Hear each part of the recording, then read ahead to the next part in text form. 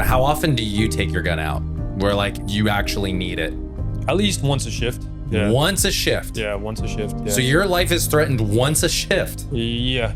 Guns is kind of like a controversial subject when it comes to Christians. How do you reconcile the fact that if you shoot someone, more than likely they'll probably die? As a Christian, you prepare for the worst, hope for the best. And my wife makes me my lunch. I kiss her goodbye and then I go. You know, she tries her best to not bother me with stuff at home when I'm at work because it's a lot to focus on at work. Focus on staying alive, right? Making it home. Because to be honest, that's the only thing that matters, making it home. And making sure everybody else goes home too. Oftentimes I saw a lot of cops go home and all they talked about was work. They always try to one-up each other like, oh, I did this. Oh, I did that. I don't care about hearing your stories or what you did the other day. I just care about you.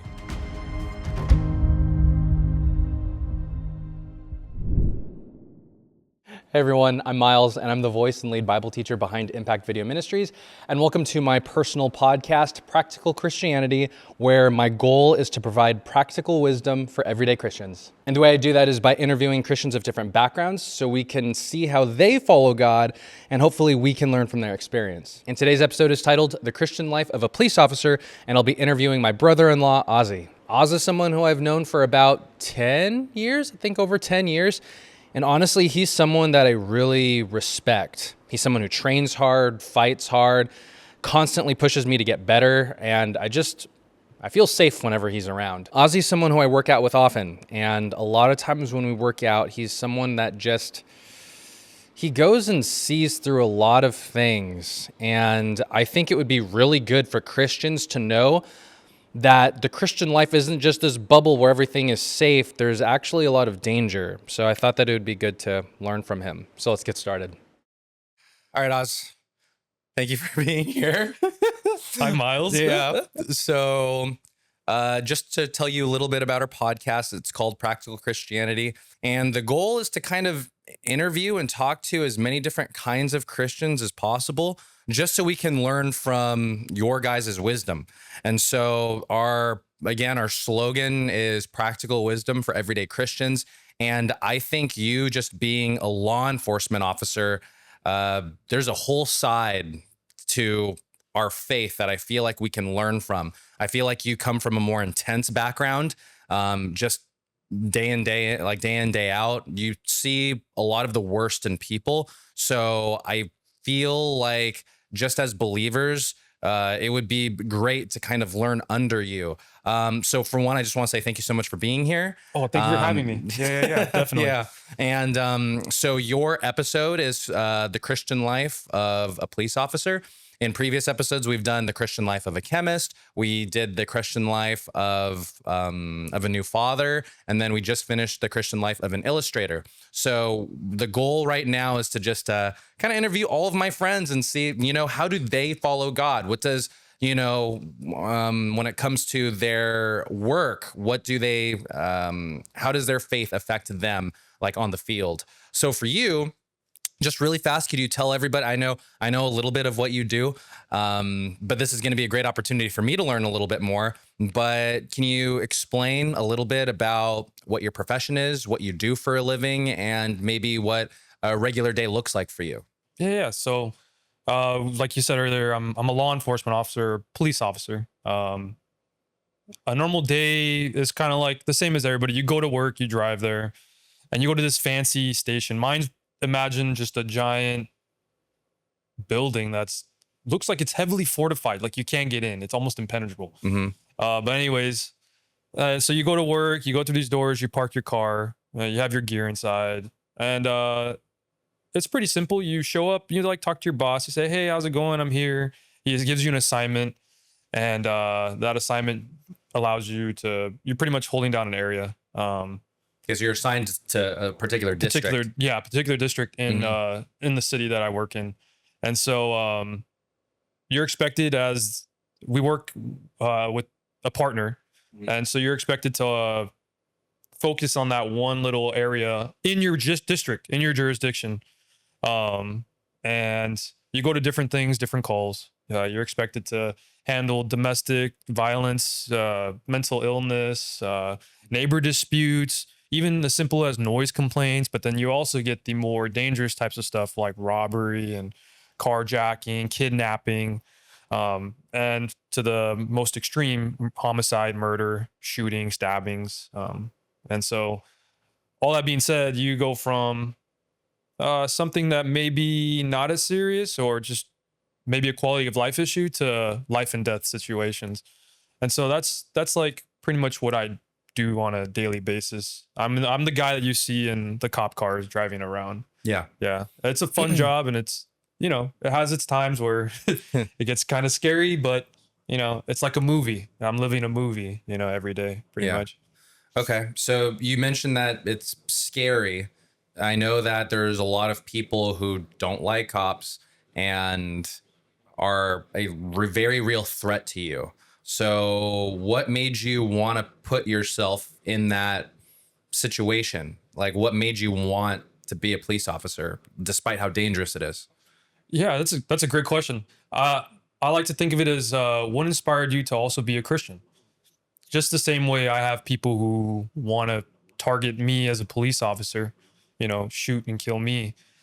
I could ask the Christian, well, what made you want to be a Christian? You have this very, very powerful evil that's out to kill you, not physically, but spiritually. Every day you could be attacked just the same way I can. Although it looks a little different, it's still very much the same, whether the death is the first or the second. Mm-hmm. And so it was a calling. Ultimately, what led me to want to be one, despite all those things, was there was a lot of people I met along the way that inspired me and kind of shaped and modeled me to be the man I am now. And the qualities that they instilled in me were an easy translation or transition into being a cop. Mm-hmm. And so it was like, it became an easy fit. And in other words, a first response, the life of a first responder. I mean, I could have been a firefighter or, you know, a lifeguard, whatever the case, or a nurse, but that life and the qualities that they helped give to me through, you know, hanging out with them, it easily translated and went over to being a cop. And so, yeah. But the danger and the reality is still there. So how do you overcome that? Like, there's people who die all the time, like law enforcement officers who die on the line of duty. Like, that's difficult. That's tough. And how do you go through that? I mean, I feel like for me, like I was a teacher, like the worst thing that could have happened to me was, I don't know, I guess a student getting really injured, you know, or an email from a complaint from a parent, Right. You know, that's like my bad day, being overwhelmed, like maybe not finishing grades on time. And now admin is on my case. Like, the worst case for you is like getting in a bad car accident or getting in a gang related shooting, you know, where you don't go home. Like, that's serious. Like, how do you go through that? Like, you get up not every day, but most days to go to work, and you put yourself there. So what like motivates you? What inspires you? Why do you do what you do? Because you, in my opinion, like, you're my brother-in-law. We've been friends for so long. I think you're very talented in a lot of other things. So why law enforcement? Going to work every day and having to deal with death is something we do regularly. Over time, at first it was new, and I've never done that before. Like you said, you know, before this I was a lifeguard, and before that I was a maintenance worker. And that's not something that crosses your mind every single day. And over the course of time, you kind of get used to that idea that you could go and not come back. And that's pretty heavy. It's a heavy thought to think about. But over time, you get used to it over and over again. However, what makes it so that I come home every day is that just the same way a Christian kind of puts on the armor and is constantly thinking about God and using verses to combat Satan when they're dealing with certain struggles and trials and tribulations throughout their life. An officer needs to put on his armor, you know. Are you on your phone all the time in the car? Are you constantly being aware and looking around? Do you train? Do you work out? Do you do all these things? And so by doing a combination of all those things, it makes it easier, or you're more likely, right? Because death or being shot, that can come from anywhere. I mean, there's probably a lot of incidents you can look at on the internet where a cop was probably shot from maybe his behind his back, or he was, we're all human, and you've seen cops be killed, and sure, you can kind of say like, oh, he was off, whatever the case may be. But all those things kind of help you overcome and make that and reduce the risk of you dying. But it is a thought that always is in your mind. And ultimately what led me to this profession is, everybody comes up with the answer, like you want to help others, you want to help people. And yeah, that's true. I mean, everybody does that going into law enforcement or into any field, really. You want to help people. For me, I saw it as an opportunity to help change how people view cops. A lot of times they see, I don't know, everybody has their own view and point of view of what a police officer looks like. Every interaction they've had with them throughout the years, whether they got stopped, for a ticket, or unfortunately getting arrested by one, or, maybe you're the victim and you met one talking to them because you called 911. But, every once in a while, I feel like you might meet one throughout your lifetime. I hope you don't, because that means obviously like a bad something. cop? No, I meant like, I hope you never meet or see the police, because that means nothing went wrong, right? Because you call 911 when something bad's happening. Yeah. And so, but the people that you do meet, I wanted to be that cop where, hey, he's just a normal guy. He does this for a living, but when he's off of work, he's a husband, or he's a loving brother, a loving son. He likes to play video games and hang out with friends and bridge that gap, because a lot of people see us as machines, or we're robots, that we don't have feelings and emotions, but deep down inside, that's all we're thinking about. So I wanted to bridge that gap, make people understand that we're people just like you. Sure, we have a badge, sure, we have a uniform, and you may think that separates us, but in reality, we have a heart that bleeds just like yours. We bleed the same color of blood.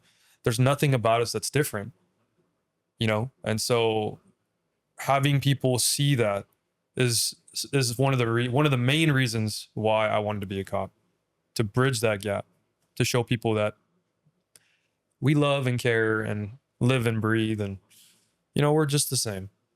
I feel like I want to cover these other intro questions, but just based on that note, you wanting to relate to people, you wanting to show that we're similar, the same in a lot of ways, the struggles, the feelings, even what we do, like trying to help people. There's a lot of commonality. I think there's a lot of hatred, there's a lot of, especially like politically, like defund the police, and, there's just a lot of hatred, coming from different sides. How do you respond to all of that hatred? Like, I remember, like, you can kind of explain like kind of what you saw back in 2020, like COVID-19, like you were there. There wasn't very loving for people all around the US, to just, there was this hostility. There was a very, very present anger. Obviously it was kind of stirred up because of a few bad cops, but what do you think of all that hatred? How do you respond to all of that? Even, there's like gang members who don't like you, but there's a lot of civilians also who just don't like cops. So what do you think of all those things? It's tough to know that people hate you, but I feel like one thing that cops should do is they should learn to separate it. They don't hate me as a person. They hate what I represent. They hate the badge. They hate the uniform, that authority, that power that the state gives you as a law enforcement officer. And so just the same way a Christian, they don't hate the person, they hate Jesus who's inside of them. And so that's a way I've learned to cope with it.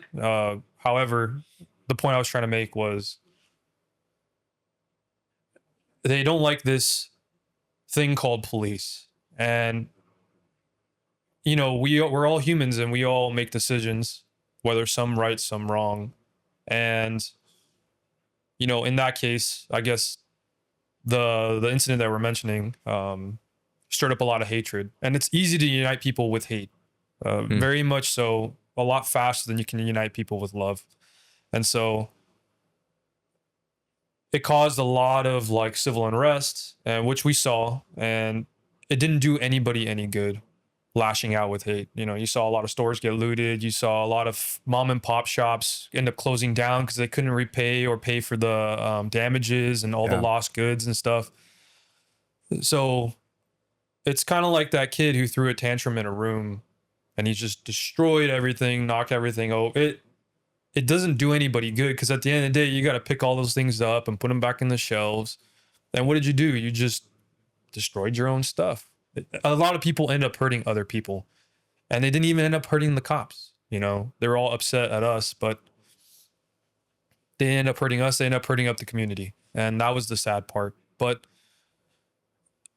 there's always going to be someone who doesn't like us, and that's inevitable. We're enforcing rules and laws, and with that alone, you're rubbing people the wrong way. And that's something when we first got in, we know that, and nobody likes it when they're told that they're wrong or that they're doing something bad, right?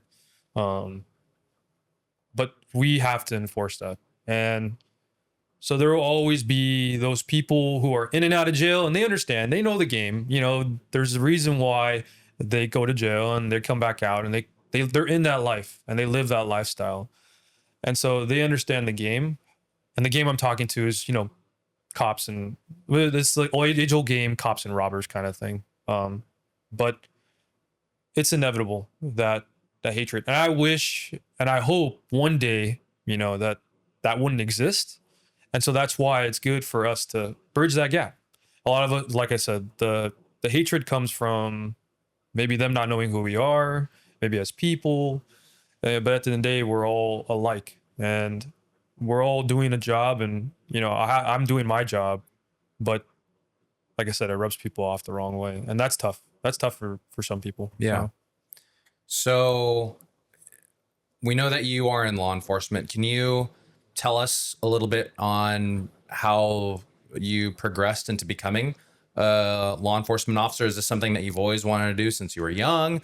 And, where did everything kind of begin with you? And then how long have you been one so far? So the journey was quite a long one. I mean, we met a long time ago, and then hanging out with you and Corey, Adam, all our friends, we were all into like being a first responder. Mm-hmm. I know originally I wanted to be a firefighter. Mm-hmm. I know everybody, I talked to a lot of cops, and I was like, oh yeah, I want to be a firefighter. But then how'd you end up here? But so along the way, I met a lot of, I mentioned earlier, like people that influenced me. I had a lot of mentors and people who were pro police, but even before that, they were pro being a man.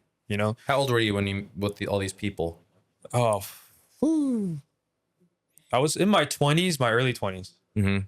So like from 20 to 24 those years would be like the time I was talking, hanging out with them frequently. Yeah. And so in those years, that's where I started to see some of them were cops, the people that would mentor me. Some of them weren't. Some of them were close. Some of them were family friends. Some of them were just friends alone. But the point is that speaking to them shaped me into someone who, this age-old long saying, like if you wake up early, you're on time. If you're on time, you're late. So they started to shape me into not that mold, but those are things that what I'm trying to say is men should do. just in general. And so, like I said, they, instead of being pro cop, they were just pro being a good man, a good husband, a good brother, a good son.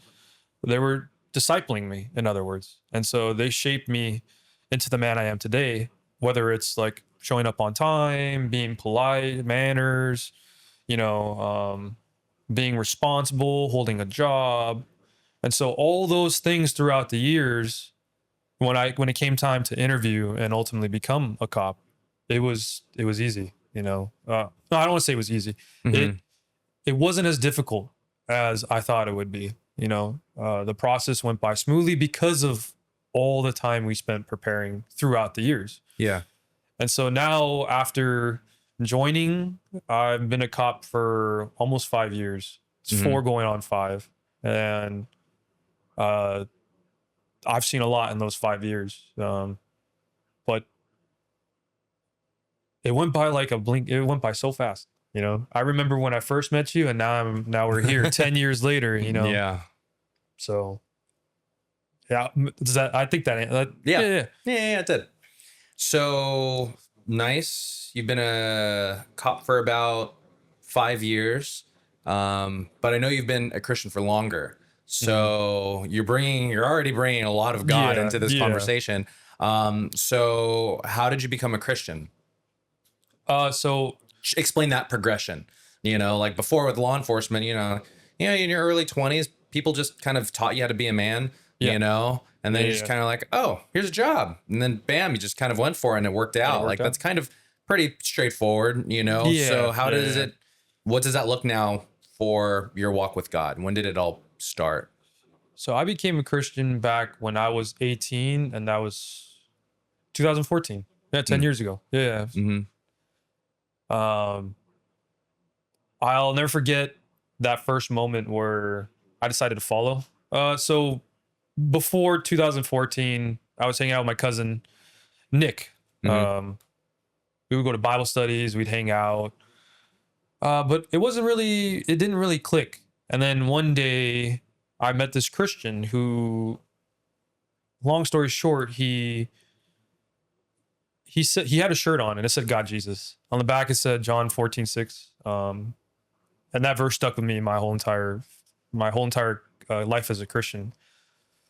And he said it was his only shirt that he had that looked that way. And he's like, oh, you can have my email. I'll get you one when I can. And he could see how I looked. He was like, oh, okay, yeah, no worries. I'll send you an email. We'll get one later. And so right before I walked away, he decided to give me the shirt. And I was like, whoa, this is kind of strange. I've never had somebody do something like that. He didn't have a shirt. So he was just walking around the park without a shirt on. So it was pretty funny. But he gave me that shirt and I was like, whoa, that's crazy. Christians are crazy. Well, at first, I was like, what kind of radical guy would give me a shirt, not have one and walk around without one outside the park. And so I remember that night, I spoke to my cousin. We ended up reading over Titus, and great book, by the way. Yeah. Everybody should read it for sure. Yeah, it is a good book. And so we read Titus, and I felt the need to accept that I was a sinner and say the sinner's prayer.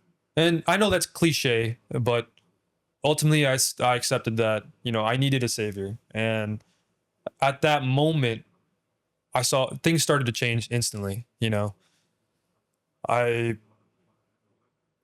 so throughout the years, starting from there till now, I would go to Bible studies all the time, go to church, read the word, got my first concordance, started learning what words meant in Hebrew and in Greek, and, then I eventually made it here, with Bible studies. Mm-hmm. And so I think I was here for about 2 years ish.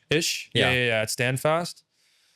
So, and that's where I did most of my learning. That's where our Monday night study. Yeah. Mm-hmm. Through that. And then Mr. Graham on Fridays, church on Sundays and stuff. That's that's where I really began to figure out, oh yeah, what does Christianity look like for me, you know? And so through reading the word, obviously, it's clear and cut, you know, reading God's word. And just like how there's laws and stuff, right? You know, it's pretty clear and cut, you know? Yeah. And so that was my whole journey through Stand Fast and God Can. And eventually we went to Signal Hill and, you know, started getting plugged in with Pastor James.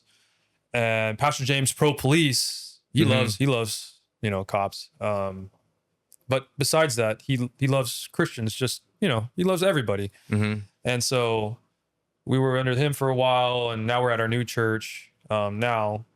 But it's just ever changing and ever flowing. It's like always, you're just going with the flow, but God's word always stays the same. Yeah. And so it was different going to a lot of Calvaries, because at Calvary, one thing I noticed was people would always say, I was born in the church, and they've lived their whole life, you know, there. And for me, it was different because I was never born in the church. I had no idea what it was until I was 18, give or take. And it was like, whoa, this is all new to me. You know, this whole entire idea of faith, discipleship, evangelism, which is all things that we learned throughout the years. Yeah. And it's all things that are very important to the Christian life, Christian walk. It's been so great to be a follower. I mean, like, God's done so much in our lives. Yeah. And he's poured into our lives, and we've gotten the chance to pour into others. And our faith in Christ is amazing, you know, and it's great. And life as a Christian was awesome. Awesome. So I know you kind of mentioned it already, but I really want to hear your thoughts on this, and maybe you can dive a little bit deeper. How does your faith affect your job as a police officer? What goes on in your mind? What changes things for you in law enforcement? Or what changes does your faith make? Ooh, that's a big one too. Being a Christian and a cop, they go hand in hand, and that might be confusing for some, or others might see it. And so one thing I try to do is I try to help other Christians see that me being a cop and you being a Christian is not that much different. It's pretty much the same. I want you to picture it as, or I tell people to picture it as, like a quarter. Both sides, they look a little different, but they're the same, you know. You're just one half of the quarter and I'm the other half. And what I mean by that is my job is threatening physically, right? And obviously being a Christian, it's more spiritual. And so when I'm at work, there's a constant tug between, you know, trying to get the job done, but also trying to be more Christ-like, right? You can look at somebody and yell and scream at them, you know, and curse at them and whatnot, and you'll get the job done. But then it conflicts with a lot of the values and morals that we have as Christians.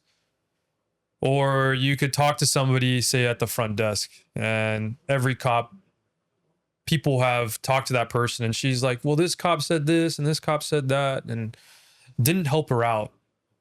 And then you have a little more patience, a little more time to want to go out of your way to help them. There's little things like that are the difference. That I see. So, like, for example, I had a partner the other day. We were at the front desk, and this one guy, he just got out of jail. At our station, the jail literally lets people go right out the front door. Yeah. At 2 or 3 in the morning when I work, right? And so he was asking for a phone to call somebody. And I was like, normally you just tell the dude, yeah, there's a payphone right here. You can use it. But guess what? When people get out of jail, they ain't got no money. Yeah. Right? Or they do have some money, but it's not cash because he uses coins or whatever. And I could have just been like, yeah, just use the payphone or figure it out on your own. Yeah. But I was like, all right, you know what? I'll dial the phone number. Well, a lot of people don't know phone numbers now, but some people do. You know the phone number. I dialed it in, let them call On your phone. On my phone. Yeah. Obviously I blocked the number so they don't have my number, but Right. he ended up scheduling a ride and he's like, okay, yeah, come. Someone's gonna come pick him up. 10 minutes later, or like a half an hour later, he comes back inside and he's like, is it okay if I call again? But instead of talking to me, he talked to my partner. And then my partner did what? The same thing that hey, use that payphone or get lost, right? I'm not talking bad about the officer. What I'm saying is that you're given choices all the time when being a cop. And that goes back to what I was saying earlier. We're all human beings. Regardless of whether we're in a uniform or not, would you help that person out? I mean, that guy just got released from jail. You think I'd be upset? No, not really. Right? Yeah. Sure, something happened. I don't know what, but he's still a human being.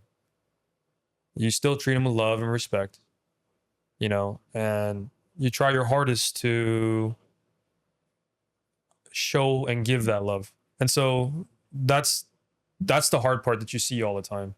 And you got those guys that don't care. You got the guys that do. And I try my hardest to share that love while also being the police officer that you're supposed to be, because they can't take your kindness for weakness, because at the end of the day, you still have a job to do. So that's the hard part, is finding that balance. And through the last 5 years, I've slowly but surely figured it out little by little. So you mentioned being a good cop. With you being a Christian, what is your definition of being a good cop? What do you aim to model? At work, we all have those like coworkers who, and this goes for everybody. We all have coworkers who, let's call it sandbagging. They Cut corners. Cut corners. They don't want to be here. They're very upset. They lack that motivation, and then that mindset tinkers off into like their appearance, how they act, their fitness, you could see it and it's apparent. Not everybody said, hey, you should be a cop, but they're here. But for me, that's the split. A good cop is somebody who wants to be here, somebody who wants to do that job, who takes the time to work out, to go for a run. Because what are you going to do? You're chasing after people. You have to fight. Do you know how to fight? Do you shoot your gun? What do you look like? Do you care about your appearance? Yeah. Is your belt shiny? Do you have all the bullets in your magazine? Do you have all the tools on your belt? Do you want to be active and like do stuff? Don't get me wrong. I know the guys that have done it for like 25 years and they're taking it easy. But when you're in those, when you have that mentality, those people, they don't make oftentimes good coworkers. And in my line of duty, when you're sitting next to that guy who doesn't want to do any of those things, what happens if something happens in front of you and then they're all the way back there and you're in the fight for your life right in front of you? And that's where there's a clear like line in the sand, because you're not going to want to do anything. You're not going to want to be productive. You're not going to want to go out there and do stuff, because at the end of the day, your life is on the line. Yeah. And you're going to have a partner who's going to sit in the car or want to be at the station, whose mind and heart are not in it. And then you get hurt and don't come home. So your definition then of a good law enforcement officer is someone that has a job to do and you want to do that job to the best of your ability. and to show it too, not just to do it, but to like to actively just be there. Yep. And going back to your previous question of just, how does your faith affect your work? Just, it's all in the small decisions, kind of from what you're saying, because all the small decisions kind of add up to the bigger ones. Right. To being a good cop. Yeah. Yeah. How many fights do you get in on average, like per week? Like a physical altercation where you actually need to like put in some force. Oh yeah, so like grabbing people, it's all the time. Like getting down with somebody and fighting him. Now it's pretty often. Yeah, I would say I have a stretch of. By stretch, I mean like consecutive days of working, like 3. I'll probably have to fight somebody 1 out of those 3 days. Yeah. Wow. And so in a month, you'll be in at least like 10 fights. Yeah, it's pretty nutty. Yeah, it's like, now that I think about it, there's a lot of fighting involved. Yeah, are you like throwing punches, or are you just grappling, or are you like getting him in like chokes? Like, what does a fight look like in all of that?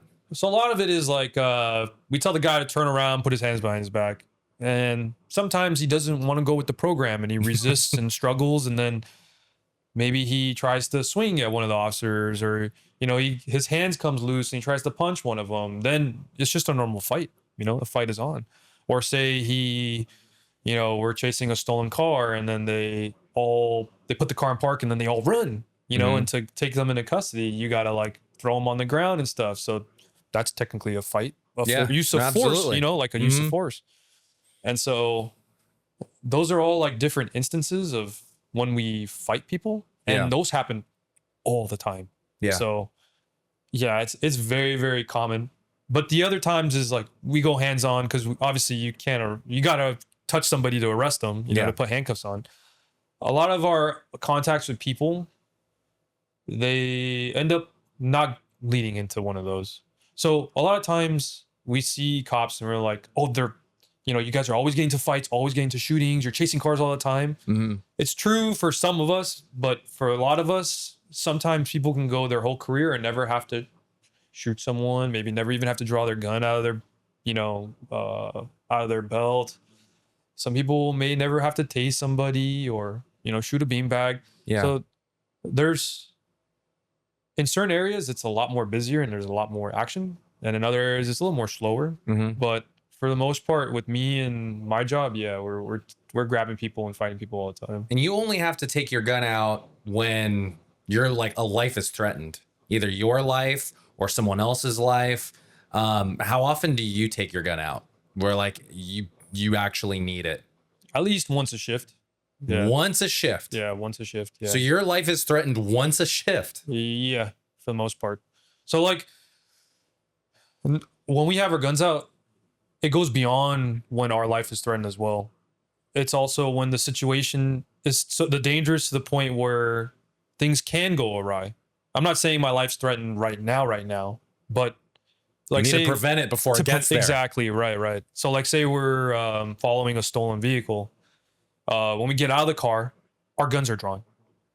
Nobody's in front of us, but the fact that car is stolen leads me to believe like, hey, the person who stole this car is probably dangerous. It's probably got some kind of weapon, right? Because a lot of times the guy who runs out of the car who just stole a vehicle has those kind of weapons on them, who's had a past or previous history. And so we treat it as such. It's kind of like how when you pick up a gun, the gun is always loaded. So it's always dangerous, right? Yeah. So in those situations, for every stolen car, the gun is always loaded. It's always dangerous. So you're always ready to go. Anything can happen. Like there's probably plenty of incidents where cops pull a car over and then there's a guy who just starts shooting from the car into the cop car, from car to car. And so stolen vehicles, when we do our building searches, right? Because you're searching a building for a person. That person is a burglar, right? So they have tools and things that can hurt me and you. So that's an armed felony suspect. So we're going to have our guns ready just in case he pops up out of nowhere. We have to, handle with whatever situation's in front of us. So we draw our weapons, but the situation that we draw them out in is one that could lead to, where our lives are being threatened, our partners' lives are being threatened. Yeah. So at least once, twice. I've done it where sometimes we're out there for forever with our guns out. You know, it's just every situation different, but yeah, it was a lot. So, as a law enforcement officer, I know that you probably see the worst in people. I feel like back when I was a teacher, I taught at a private Christian school. And I guess all the students, or a lot of the students, were thought of being in a nice Christian bubble where everything's nice and safe and nothing's ever going to go wrong. And so I always kind of taught them because, our dad, kind of just trained us, both of us, to like always have your eyes open. Right. And there's a reason why, because there are bad people. So one of the things that I try to do with my students is to kind of paint the picture for them that life is not this happy-go-lucky place where you are allowed to shut off your minds to the harsh realities of evil people. So, like when I say murder, the average person would probably just think like, okay, yeah, sure. But for you, it is something that you see. And kidnapping, like, oh yeah, kidnapping, but like those are realities that you regularly deal with. So for people who are listening right now, I'd like it if you could try to paint the picture on how dark this world is. For a lot of people who are in the Christian bubble, where like, oh, I'm going to go to work today. Okay, get done with work. Oh, I'm going to play my video games. I'm going to go to bed and I'm going to hang out with my friends. And then I'm going to, like, when 911 is called, you are there. You see it all. So how dark is this world really? Like, what do you see? Help us to see through your eyes. There's a lot of evil in this world. And I've witnessed a lot. I've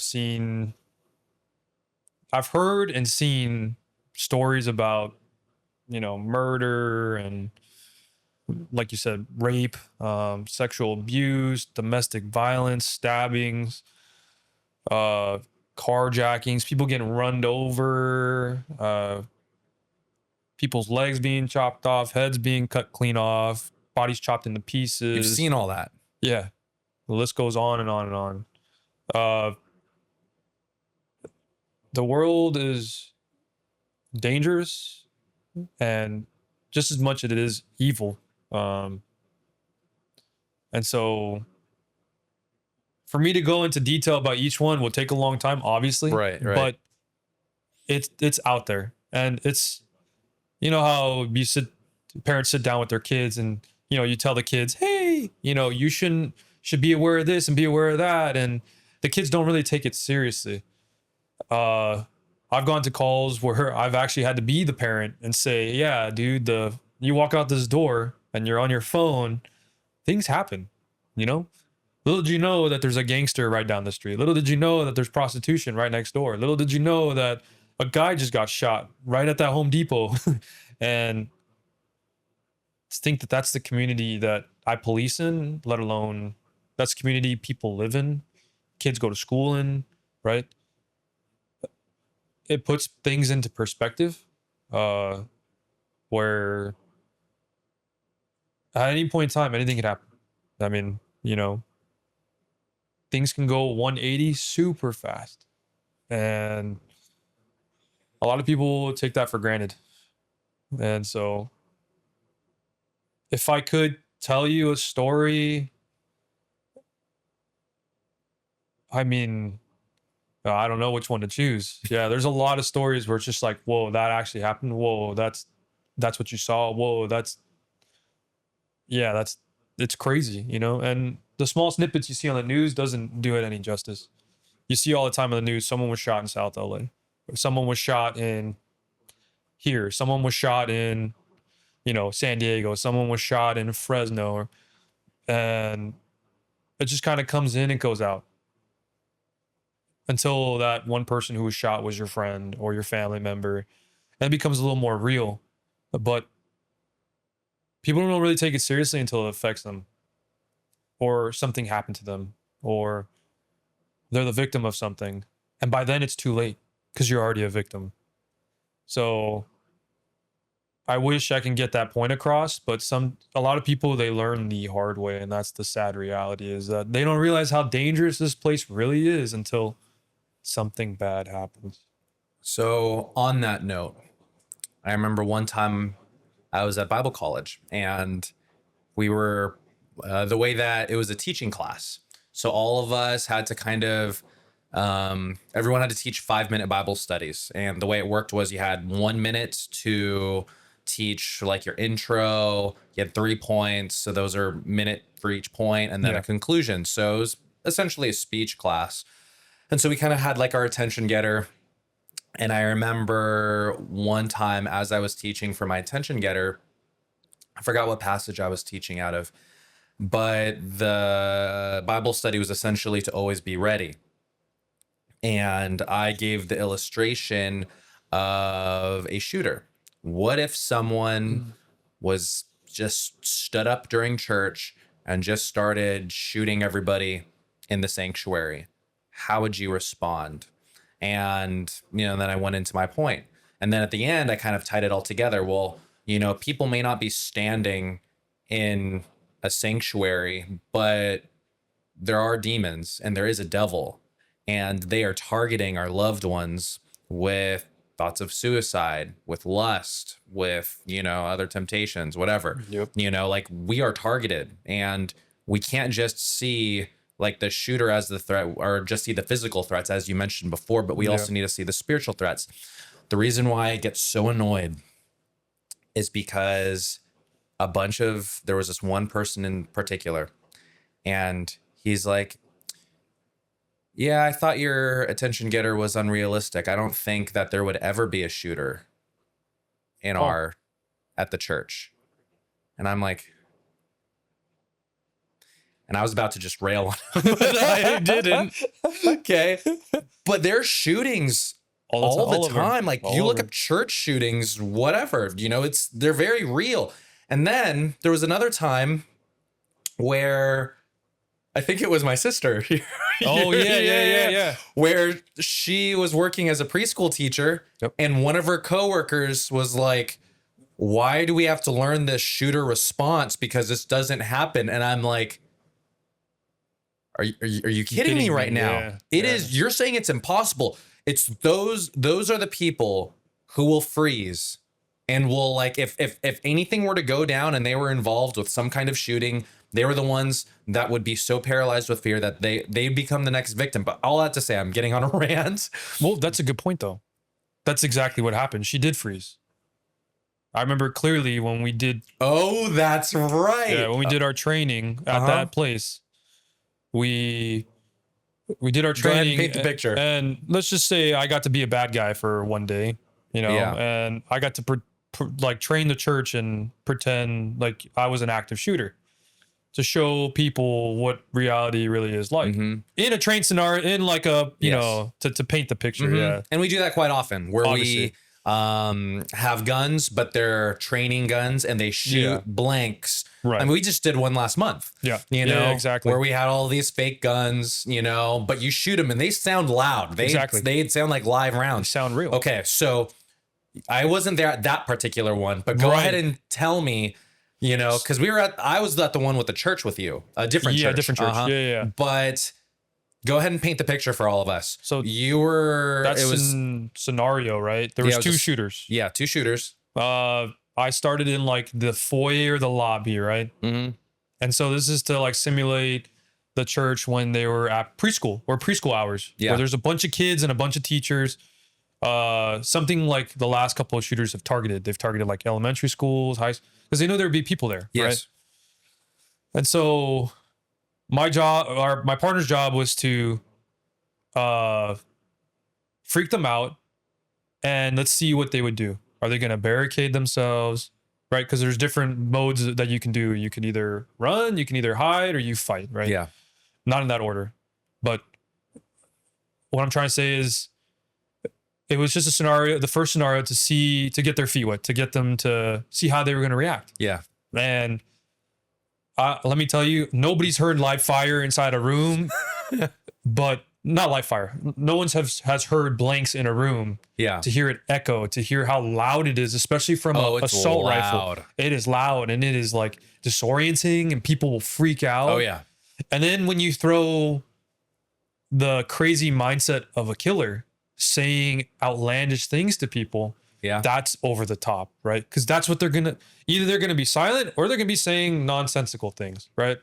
So I tried to give people the most authentic with the experience and all this stuff. Right. Because we want to simulate it. Simulate it, right. Like we don't just want to simulate like the shooting, but to also add the emotional draw to it. And it sounds weird because like back when we did the one last month, like I was yelling like, hey, shoot them all, you know? It's tough, but we're doing it because if in the event things were to happen, people can respond. So you were shouting things, you were shooting in that preschool, blank rounds, but it was disorienting. It was echoing all over the place. It was bouncing. It was loud because the sound bounced back to them. How did they respond? If I could show you the look on their faces, oh man, fear, terror, you know, the whole response where you said that they would just shut down, start crying, right? Go find a corner and just panic. Some people didn't even get to the door, didn't even start. Some people did, you know, but it was as simple as me kicking the door in, and now I'm in the room. What are you gonna do? You were in the room. I was in the room, just what screaming. Did you see? That's all I saw. People under the tables, people hiding in corners, crying, the whole 9 yards. Nobody wanted to fight, and so that's the reality. So what would they have done with the kids? If there were kids there and these teachers were actually in charge, what would have happened? Everybody would have died. Yeah, because they didn't do anything. There was nothing. There was nothing done, right? They would have been either under the tables, but how easy is it to kick over a table or just to start shooting rounds inside a room? If he's gonna get in, you might as well fight. You see, and that just makes me think of 1 John 3:16, where it says, by this we know love, that Christ laid down his life for us, and we also ought to lay our lives down for the brethren. Yeah. And that's the reality. And that's one of the reasons why I really respect your profession, because that is something that you choose to do.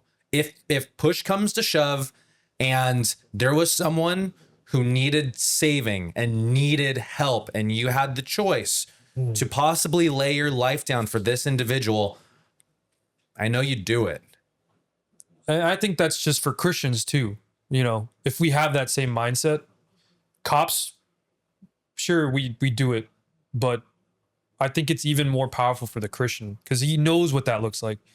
Christians understand what that looks like, how great of a sacrifice that is to lay down your life for someone else. There is no greater sacrifice.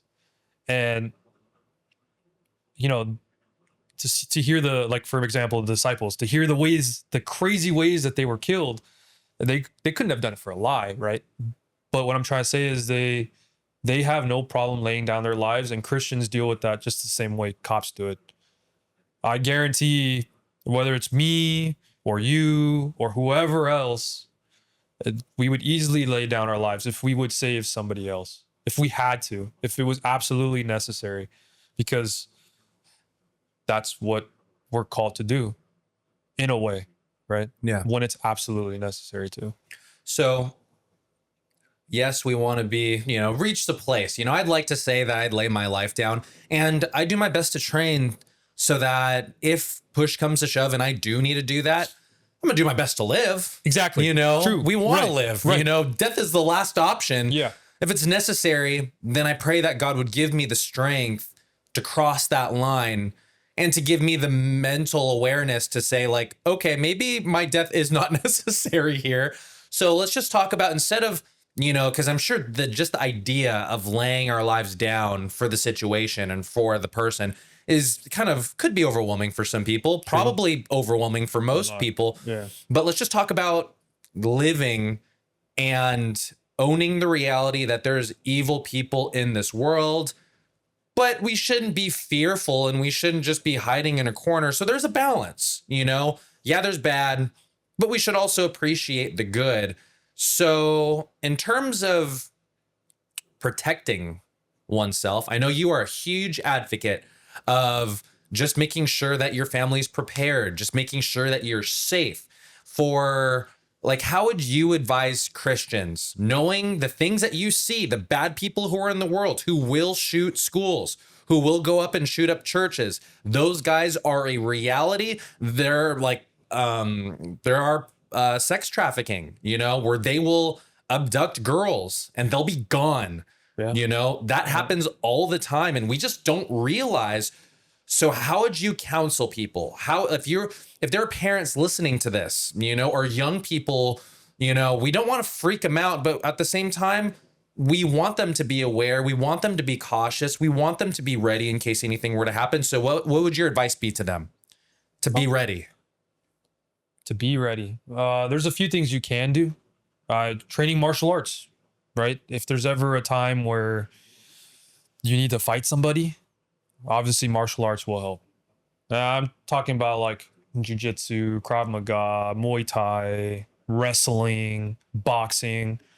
Those are like the best martial arts that you can do. Obviously you got to pay money to go and you got to show up and practice, but hey, it's a good skill to have and never use than needing it when the time comes, right? Yeah. It's also a great workout. You meet a lot of great people, you know, stuff like that. Owning a firearm, right? You can't go wrong with the Second Amendment. Love the Second Amendment. Sure, it's a tool. A gun doesn't go and shoot anybody, but people do, right? But it's also important for people to know how to use them, to understand where it's at in the house, how to operate them. A gun's gonna protect you against a gun, right? You don't bring a knife to a gunfight. Mm-hmm. If they're using them, yeah, you're gonna use one too, right? It's just the ultimate equalizer, right? You're not just gonna go up to punch somebody who has a gun in his hand. He's gonna, you know, right? That doesn't make any sense. Outside of that, being aware, right? A lot of times people see it, but how many times are people walking across the street on their phone? Yeah. Right. Or, you know, you can walk around, sure, but just know that all your attention's here, right? You're not keeping a track of everything that's around you. And that's the dangerous part. You know, it's just, you just have to be situationally aware at all times. The world's dangerous. We know that. Literally driving down the street, I saw a visual of a kid who was hit by a car, and you know, you see the family outside who's sad because he was crossing the street. Don't know why, right? But as the guy who's walking across the street, even though it says green, you still make sure there's no cars coming, right? And that's all about situational awareness. Mm-hmm. You know, you walk down an alley and you see some sketchy people down there. Do you go all the way around, or do you just walk right into the middle of them? Because I've seen people walk right through the middle of them. But that's the idea. Those things, you know, are we constantly thinking about them? Not really. You know, how many times do you go down the street and you know what street you're on? It's not something that's taught.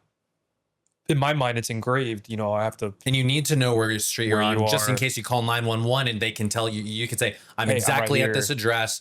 You know, someone got shot. My friend got, you know, anything, or so you know where the hospital, you know, is close to you. And a lot of times in like those scary horror films where, you know, something happened, this person got abducted, they wake up and the first thing they say, "I don't know where I am." Scary not knowing where you are. How are you going to call for, like you said, how are you going to call for help? These people have no idea where they're at. And that's the fear. Yeah. How could you get help if you don't know where you are?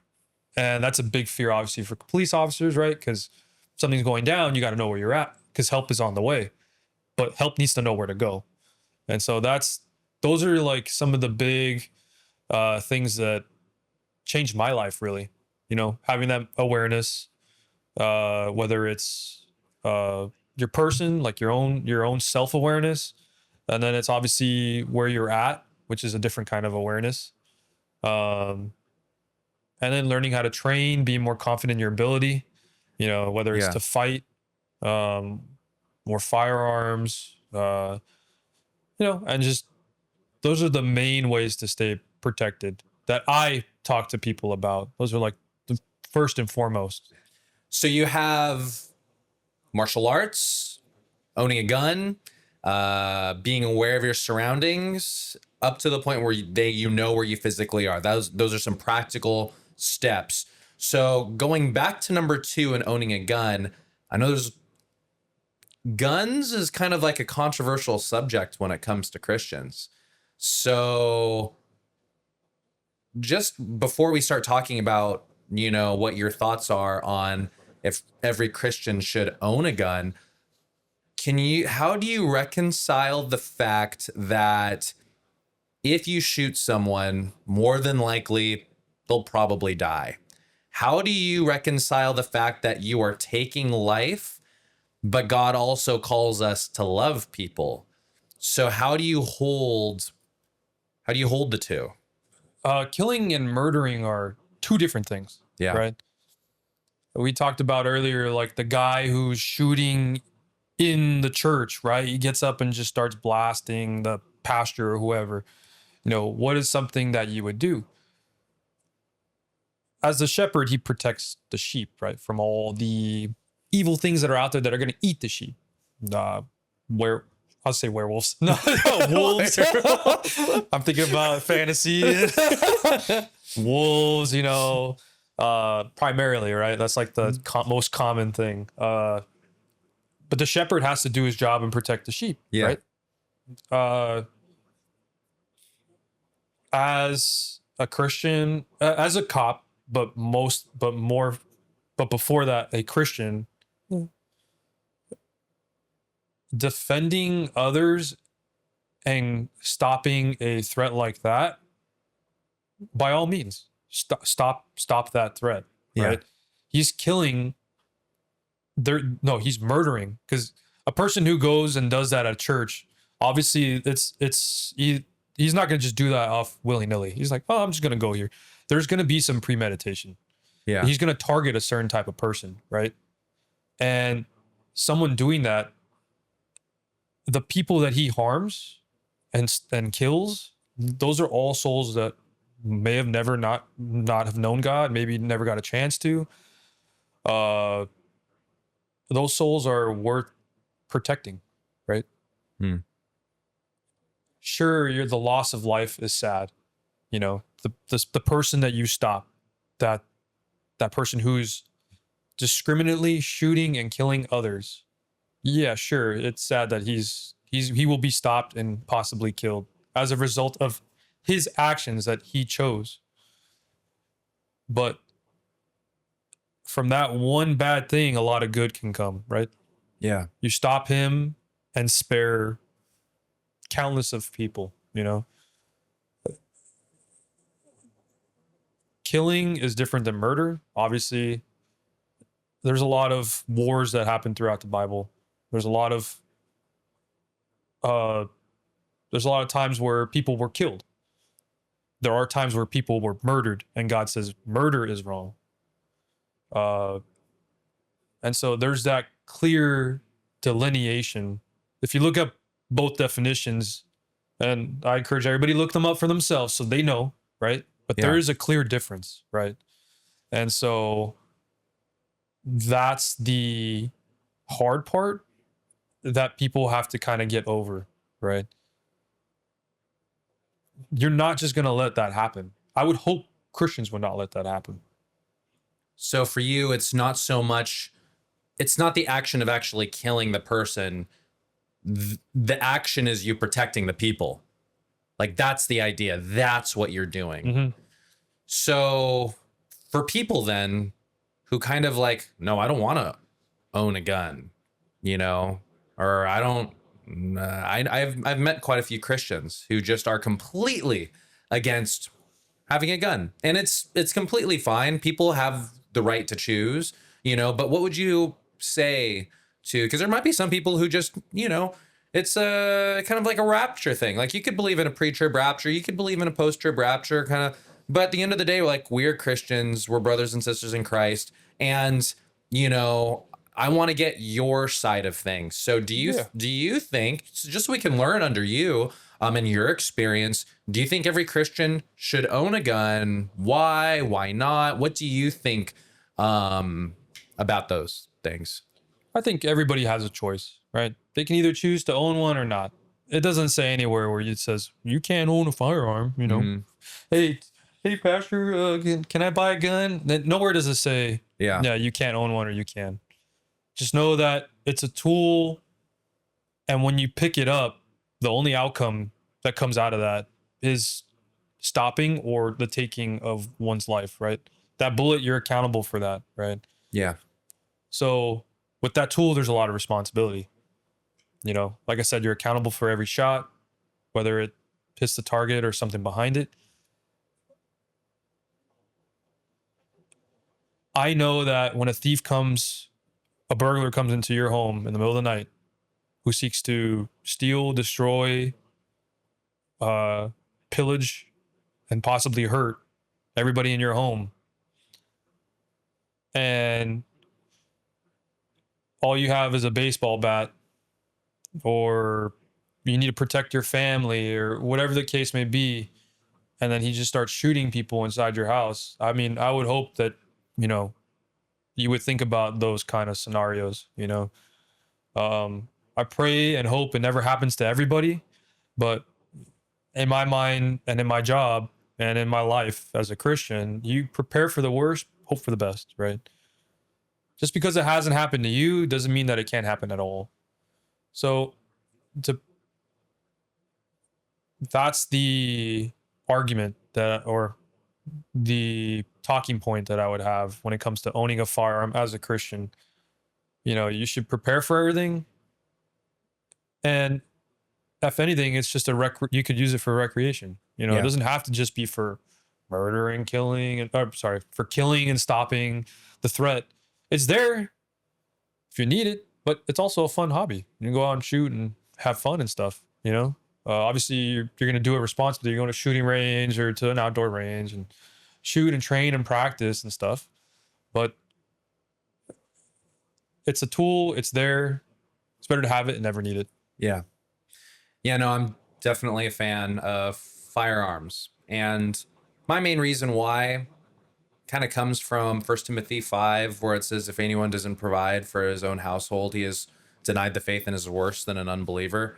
And I know that context is like taking care of like provision wise, like, you know, making sure that they eat and making, you know, at the same time though, I think one of the most loving things that a leader in the household can provide is that of protection. And I think if I fail to protect those within my house, I think that is one of the most unloving things that you can do. And for me, like when it comes to like my YouTube channel, Impact Video Ministries, like the goal is to provide like a good resource that people can go to and refer to for things. And so I like, if I give something, I want to do it. I want to give something good. So like, it doesn't get much better than a gun. you know? That's the end all. Yeah. And even if people are so uncomfortable and they don't want a gun, my thoughts and my recommendation is you better have a plan. Like, especially if you have kids in the house, those kids are worth protecting. You need to, like, I think for the teacher who just kind of cried in a corner and was just like, oh no, someone came. Like, thank goodness that didn't actually happen. Thank goodness that there wasn't a shooter. Thank goodness that there weren't kids there. Because if that were the case, she would have done the most unloving thing possible. And that was to see a threat and to refuse to fight. And I know that's intimidating and I know that's scary, but who else is going to do it? Those kids aren't going to save themselves. They're not going to help. They're unable to. We're the adult. And if that's the case, like, we got to try our best to protect. And I'm not trying to, you know, guilt trip anyone like you better get a gun. That's not the point. The point is, as Christians, we are called to love And sometimes, and love, one of the things I learned about love is love takes on the form of whatever the loved of whatever their loved one needs. So if their loved one needs wisdom, love becomes wisdom. If, if love needs time and attention, love becomes and is willing to give time and attention. And if their loved one needs protection, then that love becomes that. And I think having a gun allows for people to protect what's precious. Like, I don't have a wife yet, like you do, and I don't have kids, but I know that should the time come, God willing, and I have my own house, I'm going to make sure that my wife is protected. I'm going to make sure, and I'm planning on going to Japan. And, the goal is to have a home like in Japan and California. A Japan home won't be able to have a gun. It won't have one. But I'll definitely have a knife. I'll definitely have a means that I can use to stop evil so that I can have the same mentality that you do. And that is not to end life. That's not my focus. My focus is on the people who are behind me so that I go down before they do. That is the mentality. Right. And I just love the story in the Bible where Jesus comes like a thief in the night, right? You're supposed to, you don't know what time he's going to come, but it says to be ready, right? Just like a thief or whoever can come into your home. Be ready, right? Like you were saying. Be prepared, have a plan. Being ready is, I think, the key part in that. Are you doing what you're supposed to be doing? I mean, that goes into a lot of other things, but in this case, are you preparing for those things? Are they even in your mind? Or are you living in your fantasy Disneyland kind of mentality where everything's fine and dandy? Yeah. In my part of the where people are like, oh, nothing bad will happen. Yeah. And then, oh, what do you know? Well, I mean, the bad could be as simple as, someone just had a heart attack. Or, my car just got broken into. But the point is like that can happen at any moment. At any point in time, something bad will happen. It doesn't even have to be crime related, just in life in general. Are you ready? Can you deal with it? Are you prepared to deal with it? And it happens to a bunch of people, more than you think. And I say that to everybody all the time, especially the people who come talk to me when I'm at my work. You're not the only one that goes through this. I've seen it a lot of times. It's happened a lot of times around this area. Because a lot of times they feel like they're alone and they're by themselves and then they're the only one that's going through this. No, it happens a lot more than you think. I just got my car stolen. I've taken 12 reports for stolen cars tonight. What? 12 in one night? Yeah, one time I've taken 14 reports for stolen cars. 4 of them happened in the span of 1 hour. Wow. So sure, it's just property, whatever the case may be. It happens more than you think. And that was just at the front desk of my police station taking reports. I've arrested people at my front desk, I've seen crime happen I've seen people break into cars at my front desk. I've seen people. Wow, it doesn't even matter if it's in front of a police station. They'll do it. They'll do it. It doesn't matter. Who they are, it happens everywhere. I've seen people get shot in front of the police station. I've seen people who were shot come into the police station and ask for help. Evil is everywhere. Are you ready? Be prepared, right? And that was just me sitting on the front desk. That's crazy, right? That's like a few days ago. Yeah, or something like that. So I can imagine just the pressures of your job being very demanding. Do you ever take your work home with you? You see a lot. That is not only is it physically exhausting to be a police officer, but it's also emotionally taxing.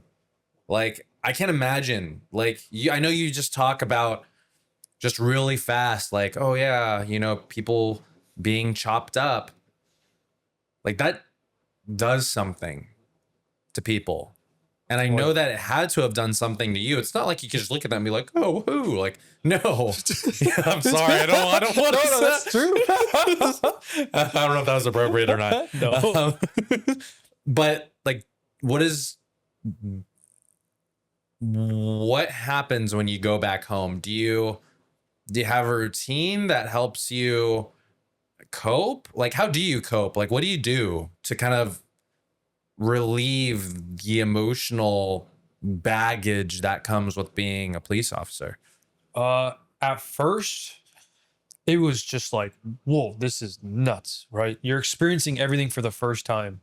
Well, obviously, like, I wouldn't hope anybody would see someone chopped up or head chopped off or legs over here or shot multiple times. That's not normal for somebody to see. So to cope with it, talking about it was the easiest part at first. A lot of times I didn't know what to do. I had people who were there already who said, hey, you're going to see this. When you do, come talk to me. We'll talk about it. And just like a lot of times in life, talking about your issues and talking about your problems solves a lot of them. You know, communication is really hard.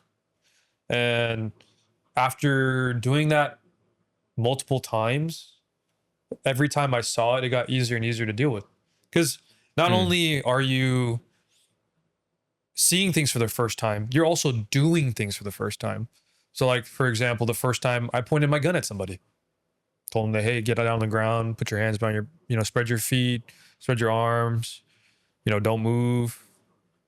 It was like, whoa, that guy saw the end of my barrel to my gun.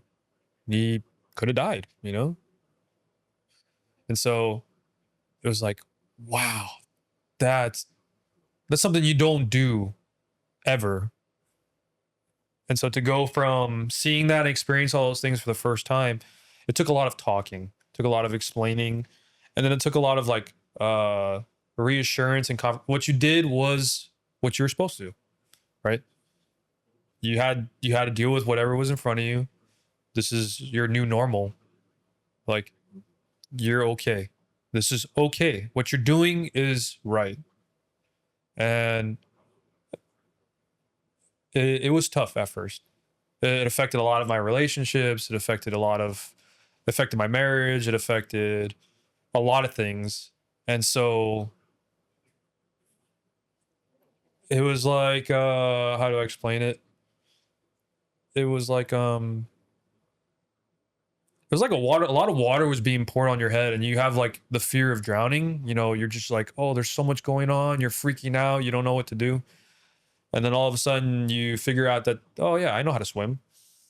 And then eventually, little by little, you start treading water and you start swimming away or floating or whatever the case is.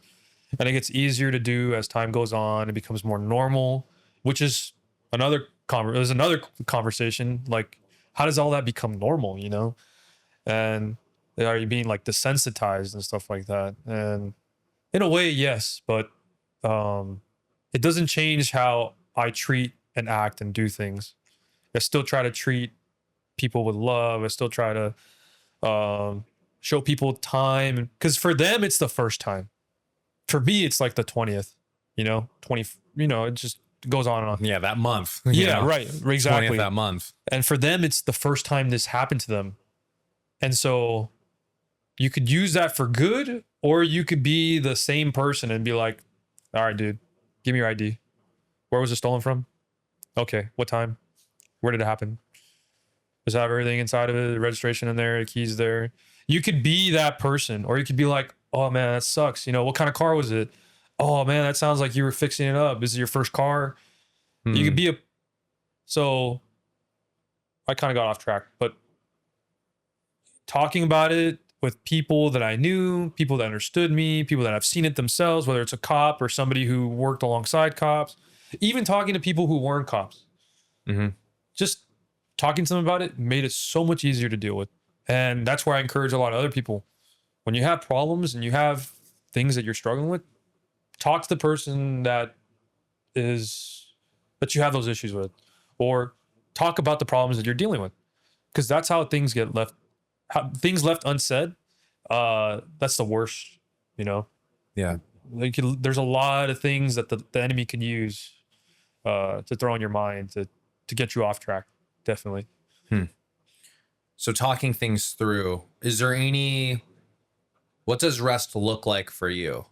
Like what, I can imagine just, you talk things through. At the same time, I'm sure you have time to yourself. Like what is you have the intense, the preparing, to protect people and to help as many people as you can and to be a good cop. Like you can't just run at that speed the entire time. Like you need something to kind of like refresh the heart, to give peace to your soul. What are the things that my mentor says that makes your soul smile? Oh, this is the best part right here. There we go. So, I do all those things and it's crazy, but when I go back home, I'm just a husband, I'm a brother, I'm a son, I play video games, I hang out with my friends, I work out, do jiu-jitsu, I play Magic, D&D, you name it. Like all those things are me through and through, and it actually comes out more at work now than it does the other way around. Like a lot of times you would assume like the cop guy would come home talking about stories and this is what I did, blah, blah, blah, blah. I got this, blah, blah, blah, blah. Yeah, there's a time for that. Sure. Like I'll probably say one story here and there, but all that stuff don't get me wrong. The stuff that they're going through, that's traumatic. But to me, the stories are just, it's kind of the same, right? No one cares about the last time you got a gun or you got a stolen car, in my opinion, because the next day someone's going to do the same thing and then your thing will be forgotten. What matters is the memories you make with the people around you. And so that's how I decompress, making those memories. Those memories are the most important, whether it's just hanging out with a brother, going to go work out, talking about life, discipling others, going to church, ministry, making a new friend at the gym, inviting them over. Those are the memories that last a lifetime. You'll forget a lot of the other stuff. And what sucks is that people will remember the negative more than the positive.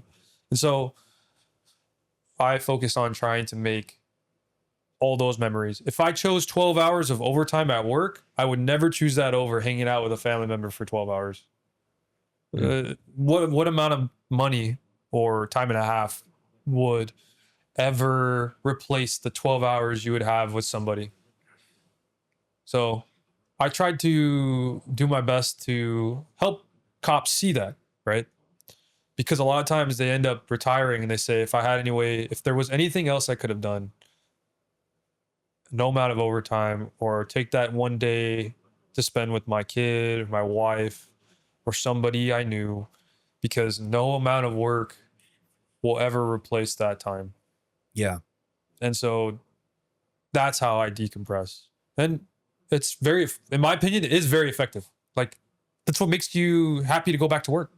Yeah. You're just so filled with energy in life. And, it's kind of funny because my old partner, he was the same way. So like we'd go to work and we'd just be laughing and going crazy, and then they're all like, why are you laughing so much? You're so annoying, keep it down. They even put a piece of paper saying like, this is penal code or whatever. They made up a fake number and said, you're not allowed to laugh or have fun in this room. I was like, what a great way to make our depressing job already, seeing all this stuff, and you're going to make it worse by getting rid of our laughter and our fun. Well, you can't do that.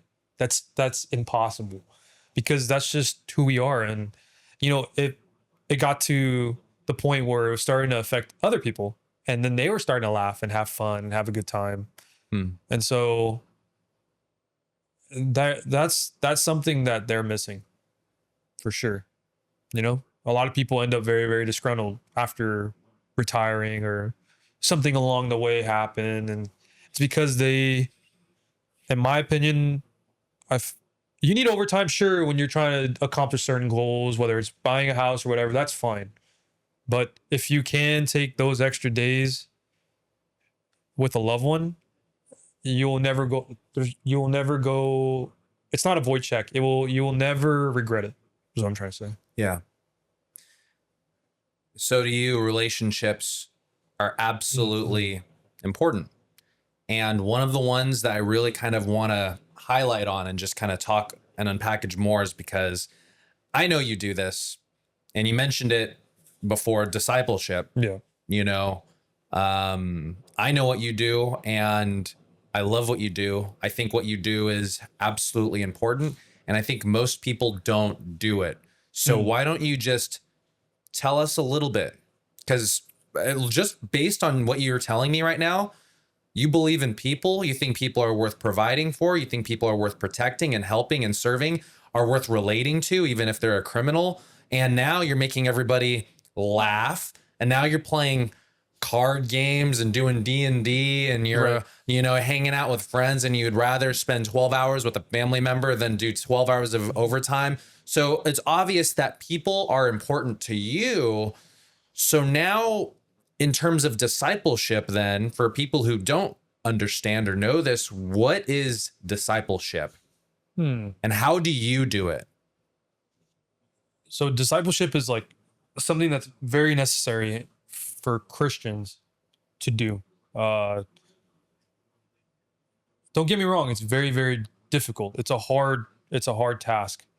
Spending quality time and getting to know somebody, taking time out of your day, your busy day, and pouring into someone on top of all the other stuff you're doing is probably can be taxing, can be hard, can be difficult, but is absolutely necessary for Christianity. I can think of a few people that I've discipled. That's kind of weird to say now. I never thought. Yeah. But this one friend in particular, it's kind of like it's just like being an older brother in a way.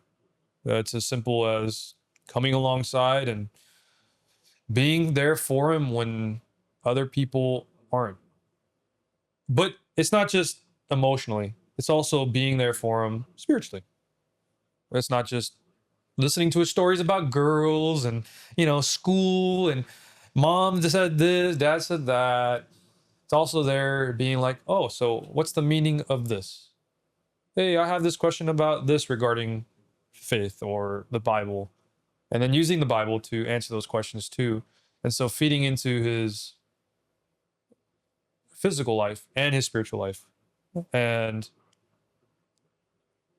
a lot of that takes time and effort. And sometimes people feel like they don't have enough time in the day to do all those things. But the effort, the payoff is it supersedes the effort put in, you know? Like, if there's one thing I can encourage a Christian to do, it's either go into ministry or start discipling others. Those are like, you will test your faith the most, because now you're responsible for helping and teach and raise up a lot of other people. And how can you do that if you don't have a strong foundation to stand up on your own, you know? And they look up to you. There's a lot of responsibility in that. You could lead a person astray. They look up to you and they're like, hey, you know, I need advice and I need your help and blah, blah, blah. And you can let them down. You can tell them you could ultimately tell them the wrong thing. That's worst case, you know, but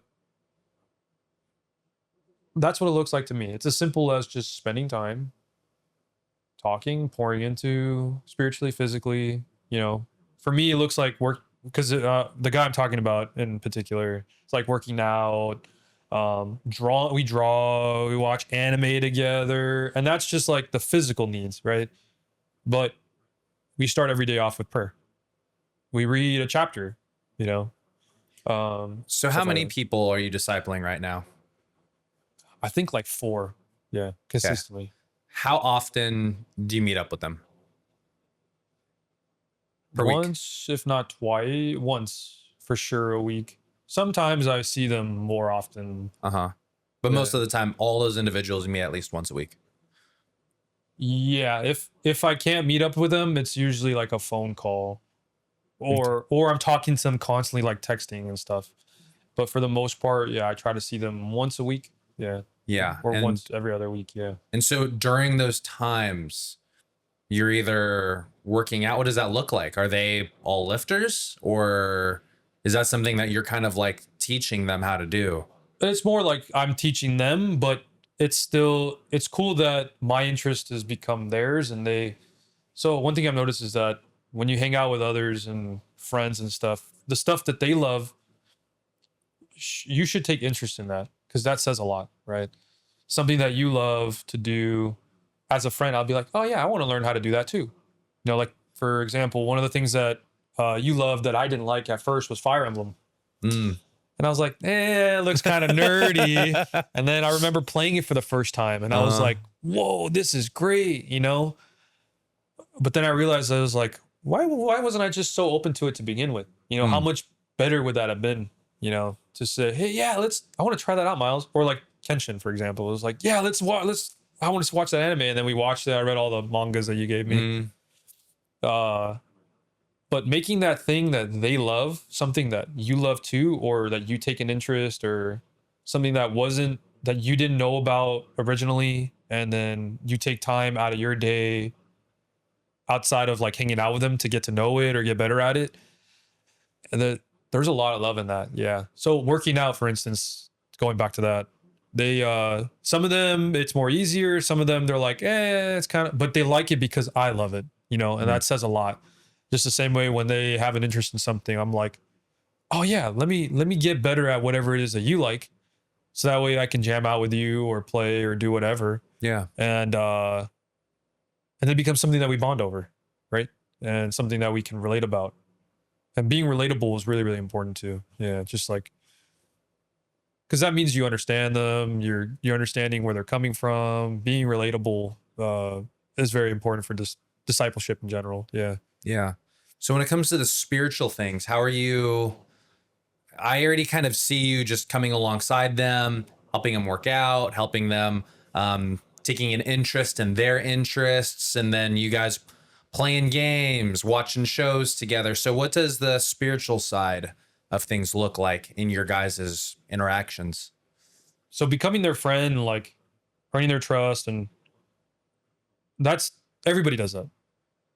But with that comes the other half, which is the questions that they ask about, hey, what my sister is dealing with, you know, she's getting into trouble at school.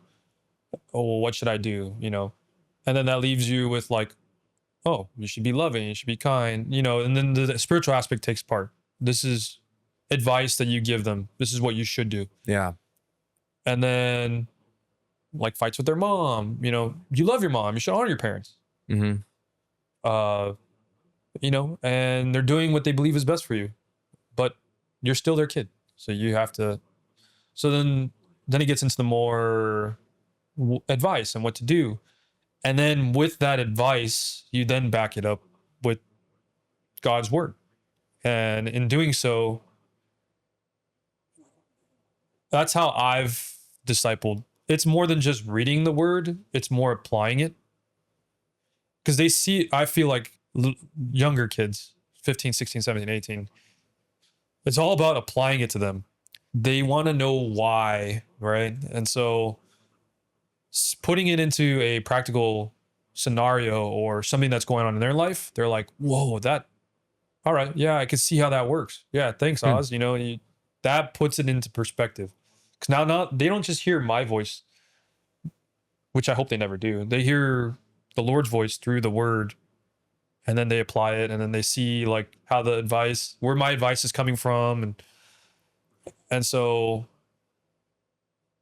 they're obviously, so that's just like for advice. They're obviously like, they have their own relationship with the Lord. They're reading, you're testing them, making sure that they're constant, their actions are, you're testing out their words. I'm sorry, their actions rather than just their words. And, you're kind of seeing who they are behind closed doors. So it looks like a lot of your discipleship then just kind of comes natural as you just are friends with them. Because as you guys hang out, obviously problems pop up. Yep. Because that's just life. Yep. And as they ask you questions and just you having a friendship with them, that's when you bring God into the picture. Right. So as a result, I hope that they see where I get my advice from. Yeah. From people who did the same with me, and then where they got their advice from. And it all goes back to God, right? It all comes back. My advice was given to me by this book called the Bible. God's words in this book guided me, the basic instructions before leaving Earth, right? Guided me through what I went through. And then obviously, like, you could throw in the experiences you have, which is like, oh, I saw somebody do this, I saw somebody do that, but then you line it up with what the word says. Jesus did all the time. I mean, like, that's literally, disciples had a problem. I need help with this. And then Jesus spoke to them and said, hey, do this, do that. And then through their friendship and through them seeing how Jesus did things throughout the many years that they saw him, made them into the disciples they were. And which is funny because they're called the 12, the disciples, and they were being discipled the entire time. But that's all it is, in my opinion. Yeah. That's literally as simple as it is. Yeah. The reason why I really wanted to talk about this and bring it up is because when it comes to discipleship, I don't think many people do it.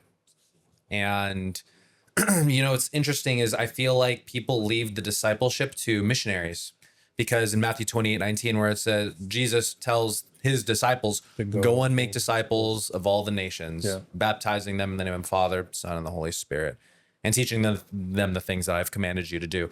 And have you read the book, Master Plan of Evangelism by Robert Coleman?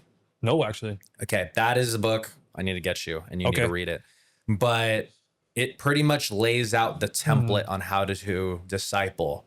And essentially what I got from the book is he gives like the different steps, and one of the steps is you select.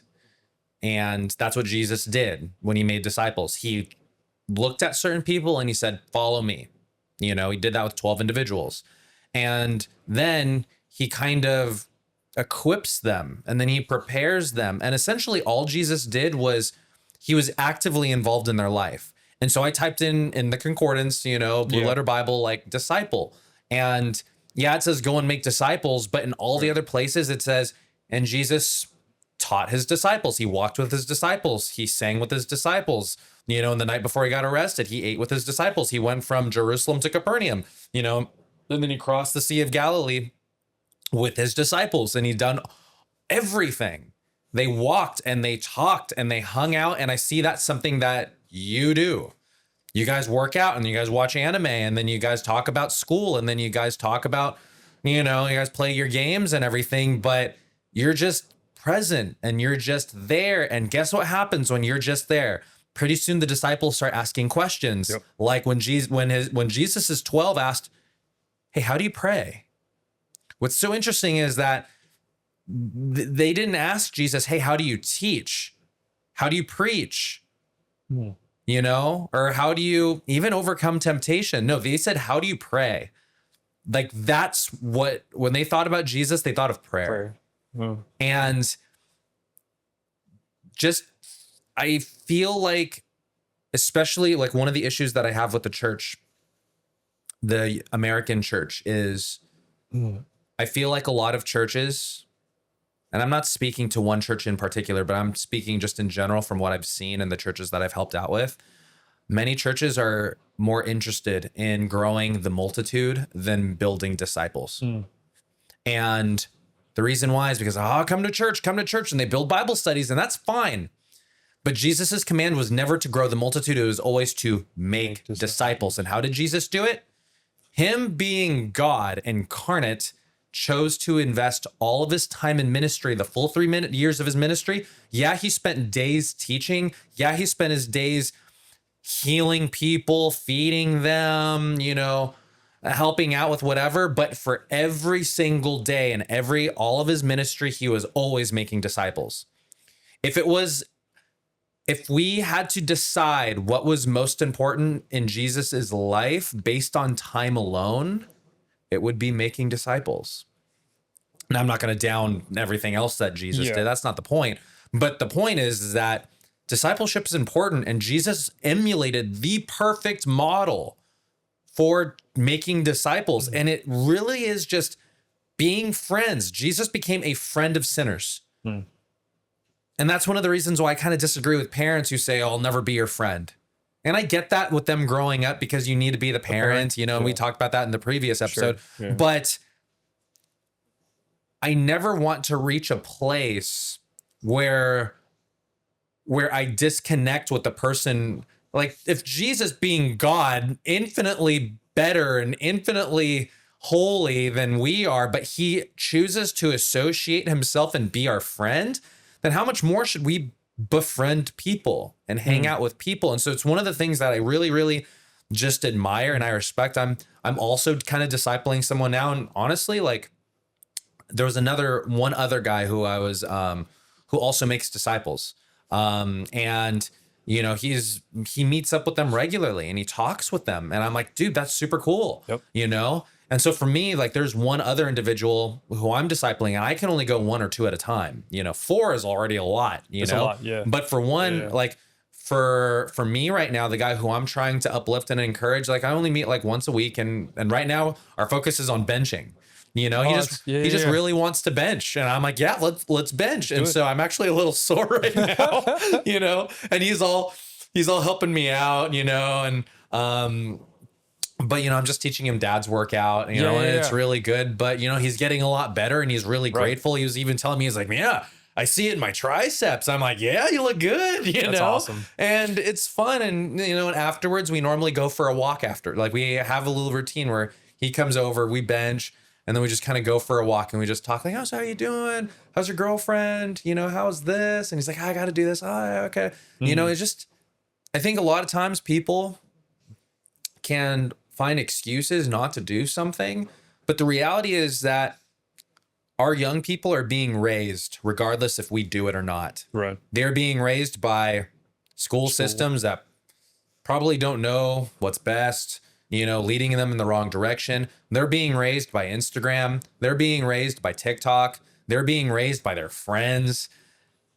And if we don't step in, then who is? And I think it's important for Christians to know that Jesus, he told his followers to go and make disciples. And that is a command. It wasn't a suggestion. It was an explicit command to go and make disciples. And if that's a command, then a question that we all have to ask ourselves is, are we obeying that command?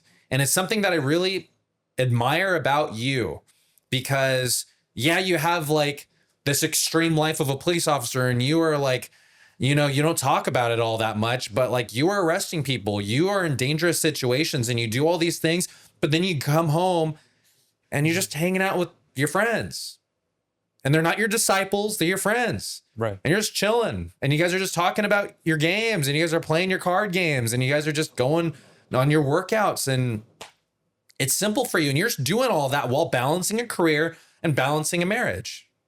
It's a lot.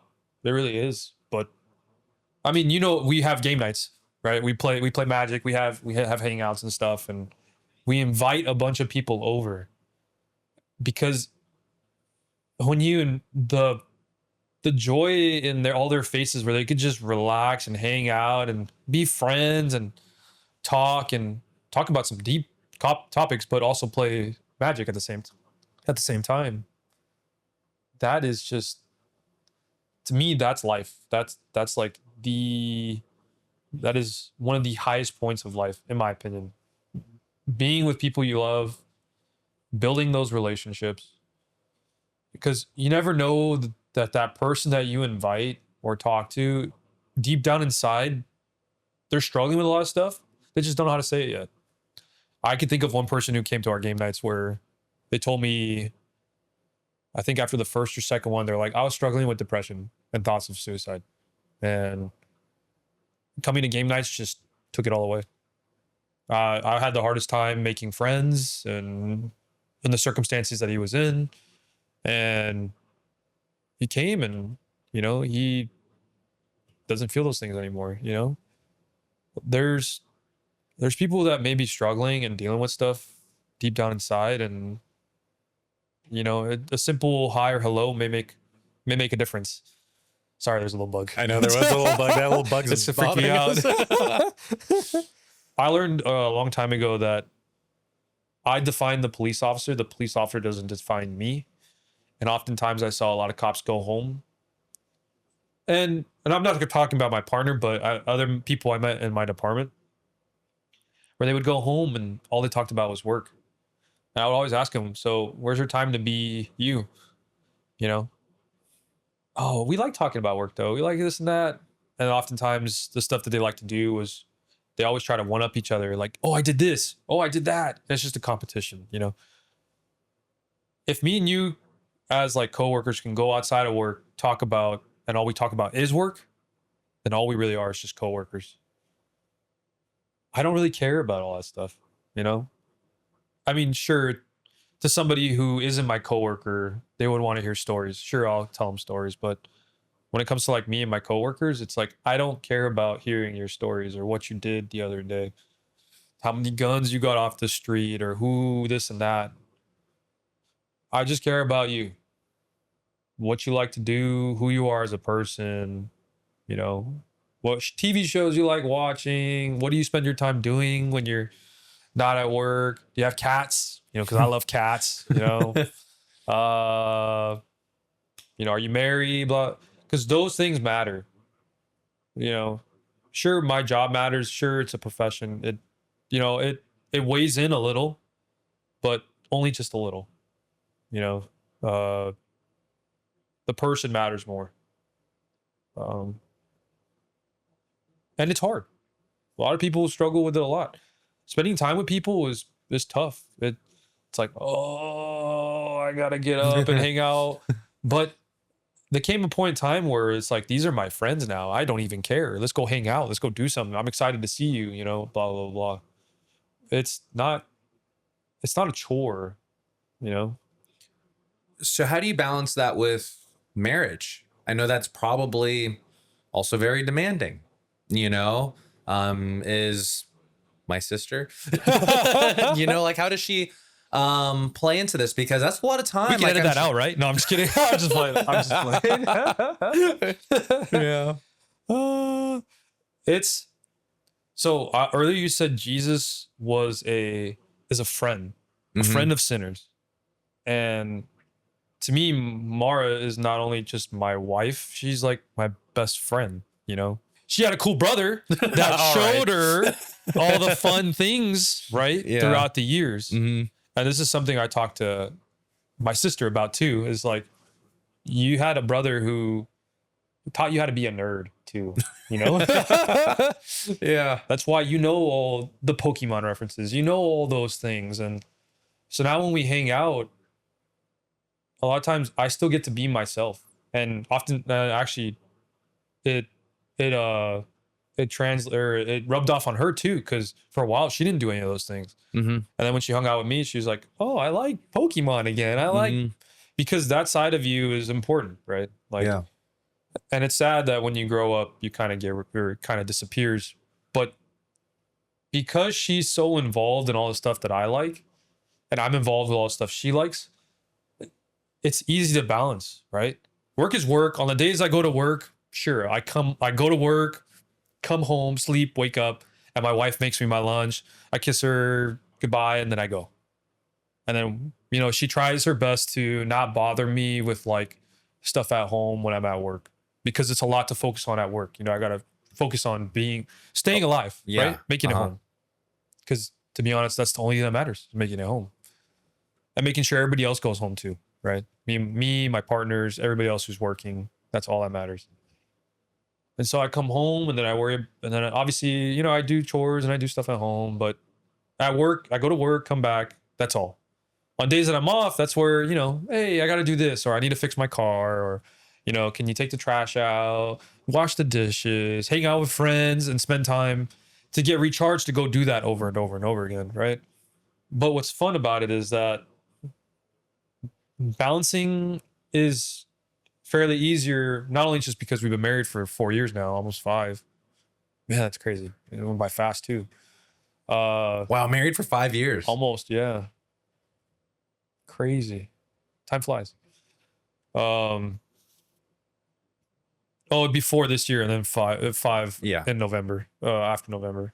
But over time, it just, obviously with time, it's kind of more of a routine, but what's it called? It's nice. It was easier because her interests were aligned with mine. Sure, she does dancing and stuff. She's a Polynesian dancer.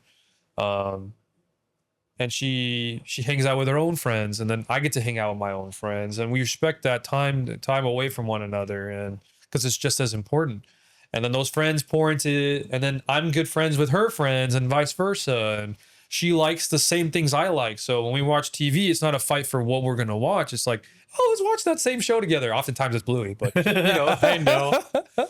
I'm getting. I need to get Nikki. He's gonna check it out. The guy who I'm working out with. Yeah, he. I'm telling him to get into Bluey because I love Bluey. You're the one that got me into Bluey. See? I think I've been referencing it in all the other episodes in the podcast. I'm like, Bluey's the best. You got to watch it. Everybody's got to watch it. Yeah. It's just a good show. Mm. It's a good show. They just got to get over, and that's just take your pride down a little bit, be a little bit more humble, watch a kid show. Yep. Favorite episode, season 3, episode 50, Cricket. Wow, you memorized I did. Oh, totally. jeez. I didn't memorize all of them. Okay. But cricket, hands down, best one. I do love the sign, though. Onesie's great. Granddad's also great. Yeah, Granny Mobile's great. But cricket's my favorite. Oh, man. You had that already prepared. I wasn't even... I don't have it. Yeah, where's that on my script, bro? Right. Come on. Right. I'm sorry.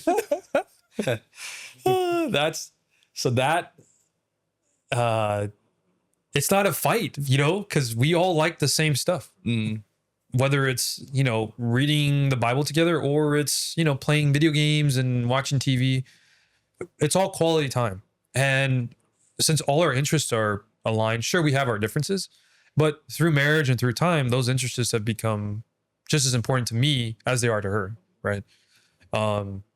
And so balancing became easier over time, and it became more of a routine, sure.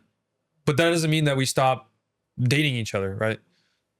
Just because she's my wife and we do the same thing doesn't mean that you don't take her out. I mean, you know what I'm talking about. You're dating someone right now, and you still make the effort to make them feel special, whether it's buying them gift or take them out. And when you use those days off to do that, just like any other friend that you go to disciple or hang out with, you're making that person feel, you took precious time out of your day to go hang out with this person.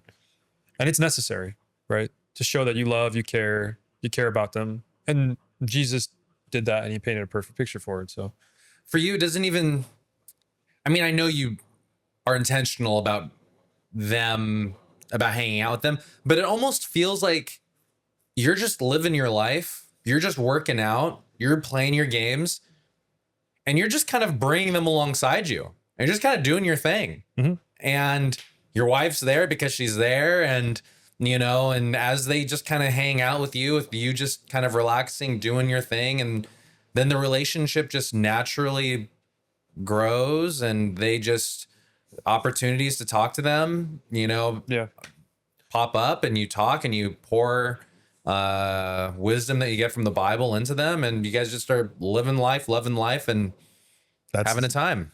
It sounds simple, but I guess it's still hard. It still can be a difficult thing for some people. But for me, I don't know. It comes natural, I guess, maybe in a way. Just making friends and being friendly. You have to be friendly. I think Paul said that. You have to be friendly to make friends. And he's so true. How hard is it to hey, I'm just gonna hang out at home and, watch 25 episodes. Why not just invite a friend over and watch like the first two and then go hang out afterwards and then just go get lunch instead of just watching the full 25? Or, it's easy. I mean, sometimes you want to take the time to recuperate and stuff, but sometimes why not just invite a friend and just do something with a friend? It's really that simple. So going back to your job, you have 5 years of experience on the field. And it sounds like you're very, very hands-on, like literally hands-on, because you do jujitsu and you're, throwing your chokes, arm bars, just keeping them in place so you can throw, just make sure everyone's safe and everything. What would you say are the most important lessons that you have learned in your years of arresting people, seeing the things that you've seen, communicating with people? Like, I already feel like I've learned so much just about more of what you do. And it's in a lot of the small things in your interactions with the people at the front desk and making everyone trying to make everyone laugh. And also just looking at,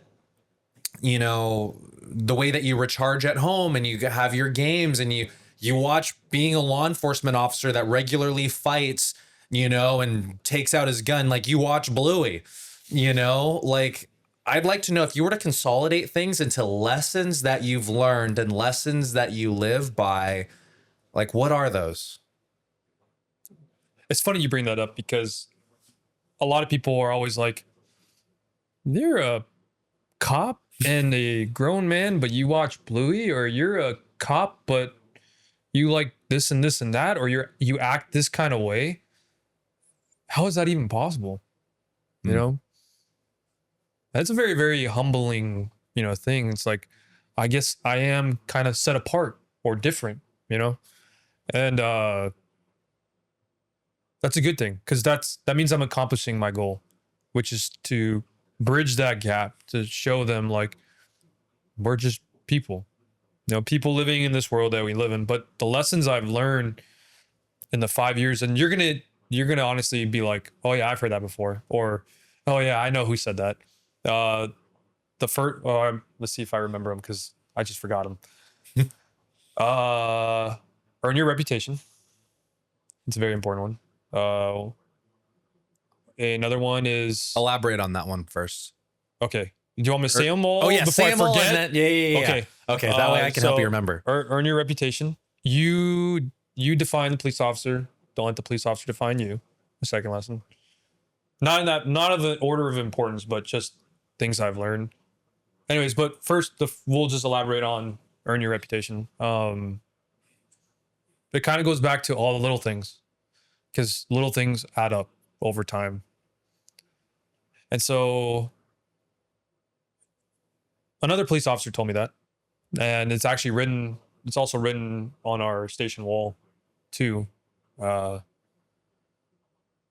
everything you do builds that reputation, from how you act, how you treat people, what you say, what you do.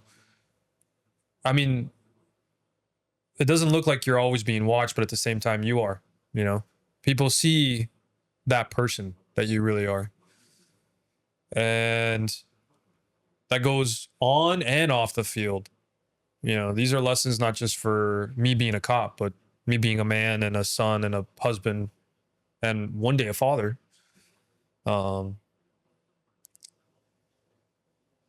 That every little thing you do matters. The things that people don't see make up that reputation as well.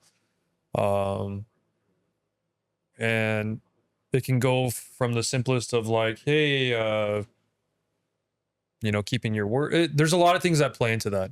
And you said it right earlier, just the little things. And I described it as a cop, where it's like your uniform, your belt, your attitude, how you treat people, what you say, your attitude towards superiors or people of higher rank, and all that plays into it. And then it goes into discipleship, how you're hanging out, or no, better yet, Christianity, what are you doing? Sure, it's not about works, but are you engaging in ministry? Are you evangelizing? So all that stuff builds up your reputation, and as a husband, are you treating your wife right? Are you doing the things you're supposed to? Are you abstaining or fleeing from things that you shouldn't be doing? And then it's all those small things that build up your reputation as a whole. Yeah. And some people only see one part. Some people see all of them.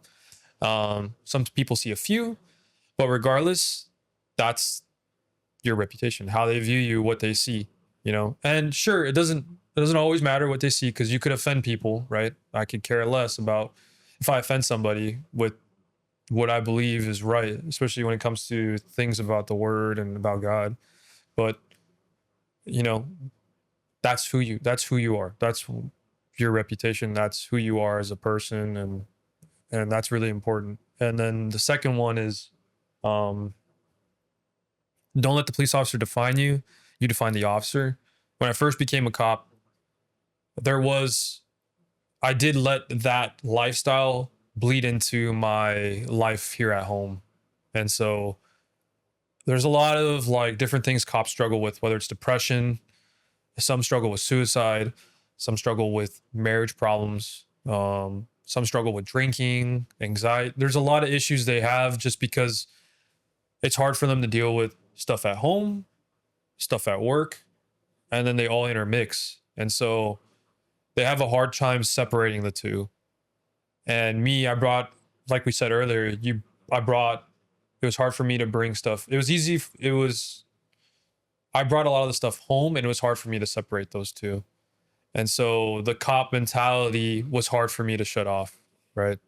Because I was starting to talk to people that I loved as bad guys, right? And that's you don't do that, right? Yeah. And so I learned that lesson I learned the hard way, right? Because a lot of the advice that I was seeking was from these people who were wronged in many ways. Like, oh, they got a divorce and they dealt with child support, and they're like, oh, divorce and marriage is awful, or, and then there's some of the more extreme ones, which I'm probably not going to say, but, I got advice from a lot of people who were broken, right? And the advice I got was not the best. And so it came in and bled into my life as a Christian, as a husband, as a brother, and it was difficult, And so I learned to separate the two.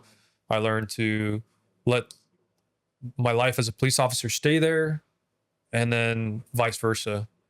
Take the good qualities that I got from that, being disciplined, stern, having to enforce certain things, et cetera, taking the good things and then bringing it into my life, and then leaving out the other stuff that isn't so constructive or great. And then, I was hoping that by the time I got to this point, I would remember the next two, but there's some other lessons that I had them, but then, forgot. It's okay. I'll probably remember them by the time we're probably done with it. Yeah. I'd be like, oh, I got it. Yeah. No, I can't remember off the top of my head. So we can always return there. Yeah. But the next question I want to ask is, with you pouring in just all this knowledge, all this encouragement to all these guys that you're kind of bringing alongside you, it has to come from somewhere, and it comes from God and the Holy Spirit. So what do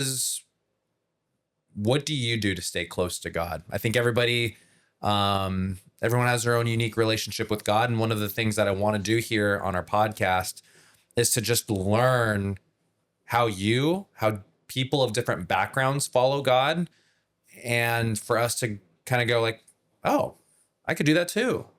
What does following God look like for you? Because I already see the discipleship. Like, for people who don't disciple, they might think like, I can't disciple. But if it's just inviting them over, being their friend, and then bringing God into a question that they ask you, like, there you go. That's something that you can do, because Jesus' disciples asked questions, after they saw who Jesus was, and he answered it well, and he pointed them back to God. And I just feel like that's something that we all can do. And to make that time to invest in someone else's life. So going back to the disciples asked that of Jesus because they first saw that Jesus had something. There was an inner strength that he had that they drew from. So for all the people that you're discipling, I know that, I've been to the game nights and I've seen I've had us all hang out. They all recognize you as strong. They all recognize you as loving. They all recognize you as their friend. And that had to have come from something that is not faked. And even if it could be faked, it can't be faked for long. So all that to say, what does it look like when you follow God? It's funny because at work we call it routine traffic stops, right? Like when you stop and pull over a car. But when you say routine, what's routine about it, officer? Nothing. It's not, because they're always changing. And so walking in the life of a Christian, sure, you can have your routine. Sure, you can do everything and you have a time and a place to do whatever. But my walk with God is nothing's routine about it. I do make sure that I pray. I read every day, just like Jesus did, right? But there's never my life is always kind of going. And so I never have like a set time to just, hey, you're going to have an hour today to do it, because my schedule is so backwards. I work at night, right? So I'm used to being a vampire, but I'm also expected to be awake during the day, right? And so I wake up and I'm awake at all different times. So I could be reading at 2 a.m, or I could be reading at 8 a.m, or, I could be, praying, when I'm here hanging out. I don't know, but at least I do it. And that's the part about discipline that came from a lot of the other stuff that we've done throughout the years, whether it's martial arts, because that teaches it, or working out, because that teaches it as well. There's no routine, and there's nothing routine about it. However, I do things every day that should be done. Not because it's a chore, but because it's important. It's just like drinking water, your body needs it.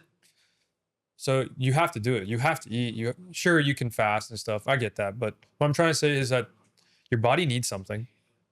Your spirit needs something. And so you need to feed it constantly. And if you don't, it's going to starve and it's going to get weak.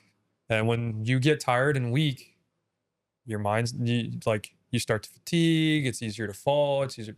So for me, what it looks like is, like I said, reading, whether it's reading with my wife, we can read a devotional, or reading a chapter on your own, praying before meals, because your body's hungry and you want to eat and chow down, but got to give thanks, right? And then also, it's also like doing things that the Lord wants, like discipleship, right? You're honoring him and doing that as well. Maybe reading a book that a Christian wrote. Because it's like having there's a bunch of books in the Bible that he's just waiting to have a conversation with. Just the same way when you read a book that another Christian author wrote, you're having a conversation with him, And so there's a lot of things that you can do that will just strengthen your relationship with the Lord. And that's just to name a few. But oftentimes I figured out when I'm doing things that the Lord wants me to do, like reading, praying, hanging out with others, evangelizing even, because I kind of indirectly do that too, just by going to the gym and talking to random people and saying, hey, you want to come to game nights? Hey, I have a Bible study. Hey, I go to church. Or even at work. The hardest part is talking to people at work about it. But anyways, like those are the things that I end up doing indirectly. I don't go out of my way to do them, but I end up doing them anyway, because it's just part of my life now. And like I said, when I held it to a schedule or a routine, it became hard to keep up. Yeah. But when I left it more loose and I just kind of went with the flow and I did it, I still did it throughout the day, but it didn't matter what time or where, it became easier to manage. Yeah. It's like finding peace in the chaos, kind of. Yeah. But yeah. Wow. You are the first one who I ever met who is just like, I don't know when I do it. But I do it. Just Because at work, like, I don't know what I'm going to eat next. yeah. It's literally simple human functions. You don't know. You can get stuck on a perimeter, stay out there for 10 hours. Oh, I didn't bring my food. And you're like, I'm hungry. You don't know what's going to happen, when, where. So you just, if you can do it now, do it. If you can do it later, okay. It's just kind of like, you don't know what's going to happen next. So you just lug your Bible around with you, or is it a Bible app that you read? Like, what's your reading plan? So at home, I have my Bible, but ideally, not ideally. Ideally, I would love to have a Bible every time I read it. But, we have a phone. Easy to pick it up, write notes, click on the verse, write a little note. Do you write notes every time you read? Yeah.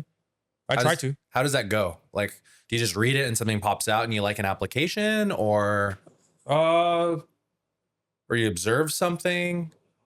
Yeah, it's more like an observation or like a verse that backs it up or Stood out to you? yeah, or stood out. And it's like, oh yeah, I could really, really take some time to think about this verse later when I'm not like moving around and I have more resources around me. Like because when you're on the go and you're moving around, or say like you're on like the other day when I was being driven around in Hawaii, I was like in the back. Oh, that verse is cool, but I don't have like ways to look up certain words or, and so it stood out to me, but I just said, oh, I'm just going to save it for later. And then I looked it up the other day and I just started just like taking it apart and stuff and figuring out certain words and what they mean and the context it was written, what time, and then you dive a little deeper, little by little, and you just start to it's like an onion, you're just peeling off the layers, trying to get to the core and stuff. And so it could be as simple as that. Your relationship with God doesn't need to be complicated, right? I think it's very, very simple. You read and hang out with him just like you would anybody else. And by doing that, it's just like reading his word. You're just spending time with him. And you would think it's easier with somebody when it's just reading on your own and stuff, and you don't got to drive somewhere necessarily to go meet up with somebody. You would think it'd be a little easier, but at the same time, it's just as hard. Taking time out of your day to spend time with somebody is just as hard. So reading for you then is, like you said, loose. You just, when you know you need to do it, and at some point of the day when you have like a little bit of a gap, or a little bit of a space, you're like, oh, I could read now. And then you read, and at that point you use your phone app to either dive into a word, figure out the meaning, and just kind of figure out what that means in connection to all of each other. And you're like, oh, okay, interesting. And you get your reading. About how long do you normally read per sitting? I know it could probably vary, but on average. Yeah, it's like maybe 45 minutes. Wow. Whether it's like diving into a verse or just, for me, I've read the Bible through and through, right? You could read it chapter by chapter. Go for it. By all means. I find my faith more challenged when I take verses and I try to, or take, paragraphs, and I'm like, oh, let's find out what he meant at this day and age, at this time, with what's going on around him. What were these people dealing with? Because it's all about the people at the end of the day. Yeah. What were their struggles? Why were they suffering? Why were they going through what they were going? And why did Jesus say what they said to him? What was going on in their minds? Because if we're trying to make disciples, if we're trying to go make disciples of all nations, we're trying to be friendly and make friends, I know those questions are going to come up in all the friendships that I have, right? Yeah. So with those people never change. History all kind of repeats itself, right? We all struggle, the same struggles they had back then, we struggle with now. And so knowing that the Lord said this about this particular people with their particular, not particular people, he said this to this person with this particular problem. Whew, how much peace would I bring to somebody if I could just say, hey, yeah, the Lord said this in this paragraph, these people were going through the same thing you were. The Lord came alongside them and said this. And then I'm just like, yeah, it's great advice, and then I could back it up with something I've done or some experience that I've had, or, advice that I gave to somebody who helped them out. And so that's where I find the most fun, is taking it not verse by verse, but maybe a paragraph or so, and digging deeper. Because at the end of the day, our relationship is however deep you want it to get with the Lord, and even your friends, right? You could just say, you could stay at, hey, how are you doing? Okay, good. Oh, what'd you do the other day? Oh, I did this, this, and that. Okay, cool. And then it's just quiet. Oh, you want to go? You want to go do this? And then that's it. That's as far as it's gonna go. And so, I like my relationships to be a little deeper, but that's how I see it. Yeah. So do you have like, how do you record your notes? Is it like all on paper or is it all? It's in on my your phone? drawing book. It's in your drawing book? Yeah, for real. Yeah, it's kind of weird. So I have like anime drawings and stuff, and then you just see a long page of notes on them. Nice. This chapter, this verse, this and you'll just see nonstop blah blah blah blah. This word means this in this language, but just Yeah. And then the hard part is retaining it all, because you could spend so much time, but do you remember everything about the last time you hung out with somebody, like every single detail? Yeah. It kind of comes and goes, Mhm. but the Lord will help you remember what it is that you need to remember. And so I find comfort in that, but there's a lot to learn, and, being humble and understanding that, hey, you don't know everything, but the Spirit does, the Lord does. And so he'll kind of help you out when you need to. So what does prayer look like for you? Prayer on my own is like, I think I told you this a while ago. So I'm thinking of all the different versions of prayer. I do it a lot of times when I work out. Don't know why, but it just happens that way. Or whether it's bench or, pull-ups, whatever the case may be. I find that I'm in my position of, like, when I work out, I feel like I'm at battle with myself, right? It's like war. And so I'm like, oh, okay, yeah. Prayer is like war, You're praying for a lot of different things. You're fighting for a lot of different issues and problems that are going on with your friends and family, or you're praying for that thing to happen, or whatever the case may be. That's where the war is won in prayer. And so I was like, how fitting would it be if I was at war with myself when I'm praying, What I mean by that is like working out, being tired, blah, blah, blah. Yeah. And so in between sets and reps, when I'm thinking about all the different people in my life, I find myself praying the most when I'm working out. There are times where I just kind of sit at home and I'm more peaceful and it's more relaxed, but oftentimes that's where I find my prayer the most, because that's where I'm the most, like, I feel in tuned, I'm just constantly moving around, focused, dialed in. I'm just like, yeah, this person needs this. I hope that this happens.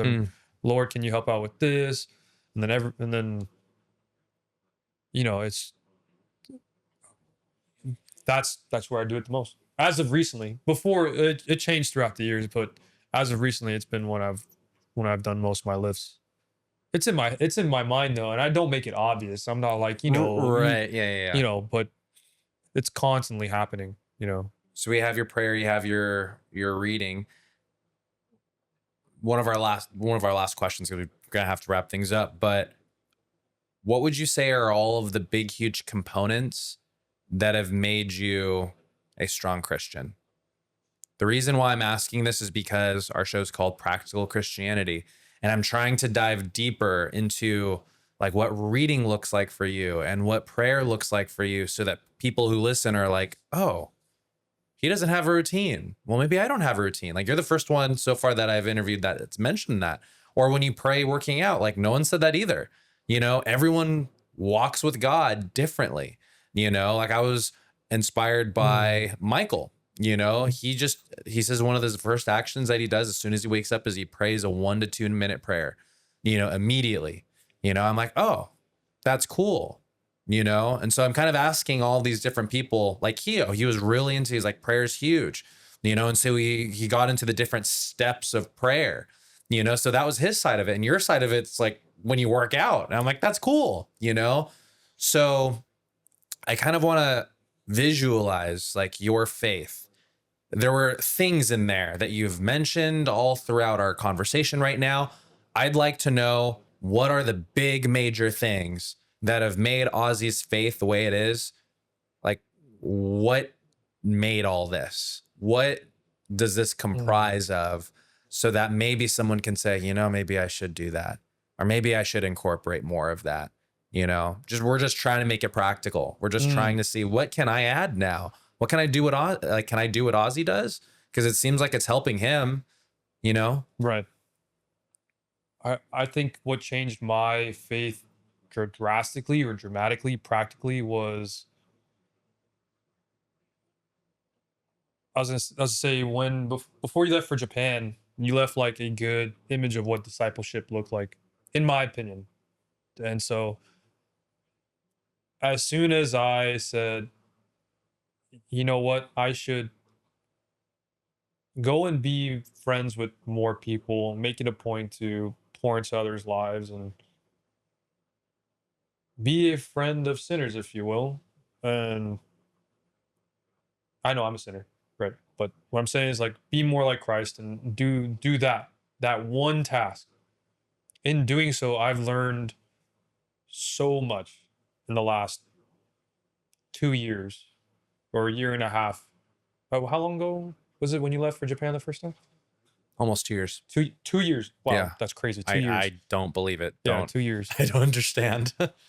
Wow, that's fast. So 2 years ago, when I made that active decision to start being more intentional with my relationships, not just friends. I mean, sister, dad, mom, in-laws, wife, everything. Being more intentional with the relationships I had, it made being a Christian more real to me. And so if there's one like thing that makes me me, it's about people, the love that you have for others. And when you prefer others over yourself, the lesson, you learn so much from that lesson in its own. It may not be I think it's the hardest thing to do, because at the end of the day, you know, I want to be selfish. And I want to do what I want to do. And it's so easy to get lost in that. Yeah, I came back from this long day at work. I don't want to do anything, but pretty soon when I have kids, I might have to take them to school. Or, you know, say my wife didn't have a good day or whatever, and then I gotta pick up for something. Or say my brother just lost. Preferring others and showing that love, that tested my faith the most and propelled me to be the kind of person I am today. And it was all because of people who showed me that example. Your parents, a lot of the pastors we've seen and had, all the different Bible studies. It's all a culmination of them being friends with a bunch of people, inviting them over and sharing the love. And that's all we do. That's all we do. As you do it, I do it. That's all we ever do. Yeah. And that made my faith that made me the person I am today and shaped the faith that I have now. Because now that I'm integrated in so many people's lives, I got so many more things to pray for. I got so many more people to talk to and to keep accountable. I got so many more people to help me out when I'm struggling, or to pour into me when I feel low, and vice versa. And so God is more prevalent in my life than it ever has been, with others and with other people in my life, than I was alone. Because the devil wants you to be alone. He wants to make you feel like nobody's there for you. And so when I had a bunch of people in my life that I had to take care of and also take care of me, like every day was, hey, you want to go hang out? Hey, you want to go do this? Oh, something happened in your life. Hey, let me pray for you. Yeah. Oh yeah. Hey, here's this. So you're just constantly in tune and talking to the Spirit, or the Spirit's constantly talking to you. You're constantly in prayer. You're constantly, helping your friends out. And that is the Christian fit. That is like the best advice I can give. Being around others and spreading that love. Because without it, we're just like clinging symbols, we're nothing pretty much. And so that was probably the best gift that you taught me a long time ago. And it was the last day before you left. You gave a sermon at LCF, and you said, "Go and make disciples." But you were talking about going. And how many of you have a friend that you speak to? How many of you do you pour into people around you daily? How many new faces are here at church? And there was a lot of the same faces, because it's dying, right? It's hard to do. It's dying. And that's why you see the churches kind of the way they are now. Some are growing. A lot of them are shrinking because it's hard for us to be friendly and make friends and spread that love. And so I encourage others to want to take that leap and want to take that step forward and test their faith that way, but that's the one thing. I'm not saying all the other years were for naught, but yeah, these last 2 years, that one thing is what really sealed the deal for me. So, yeah. That's inspiring. And I think it's so simple, and I think it's so needed. And when I left for Japan, one of the things that happened when you kind of get ready to leave and move and stuff is you say goodbye to certain places. And so I remember my very last day at the school that I loved, I adored. And I remember just kind of silently saying goodbye to everybody. And I remember looking at all the people that were there, and I thought to myself, this place is in good hands. I can go. And I remember going to LCF. I remember looking at all of the junior hires that I discipled and helped raise and poured into and teach. And they were all the youth leaders now in college. I'm like, they're in good hands. And like me leaving my family here, that was one of the hardest things. It's like our family's close. We always talk, hang out, regularly always have things. But I saw Dad, I saw you, like things are taken care of here. And a lot of the boys, that I was, was blessed to help encourage and lead them. It was almost kind of like a handoff. Yeah. Where, I was like Kakashi, who's just like, but then you're like Jiraiya is the next step, Right. And it's just kind of, it takes a community. And I'm very thankful that you are taking care of those boys. I'm very thankful that you're taking care of my sister. And, we just had a family meeting yesterday, and, I'm thankful that we're all still together and we're all just in this fight, kind of like the workout, just doing our thing, constantly, bringing people alongside us, and hopefully they get it too, so that they can be joined in this fight and we can continue to reach as many people and help as many people as we can. So yeah, thank you, Oz. I appreciate this. Thanks, Miles. It was a lot of fun. Yeah, it really is. Yeah. So to close, can I pray for you? Yeah. Father God, I thank you so much just for this talk and this conversation. I thank you for Ozzy and the ministries that he is doing.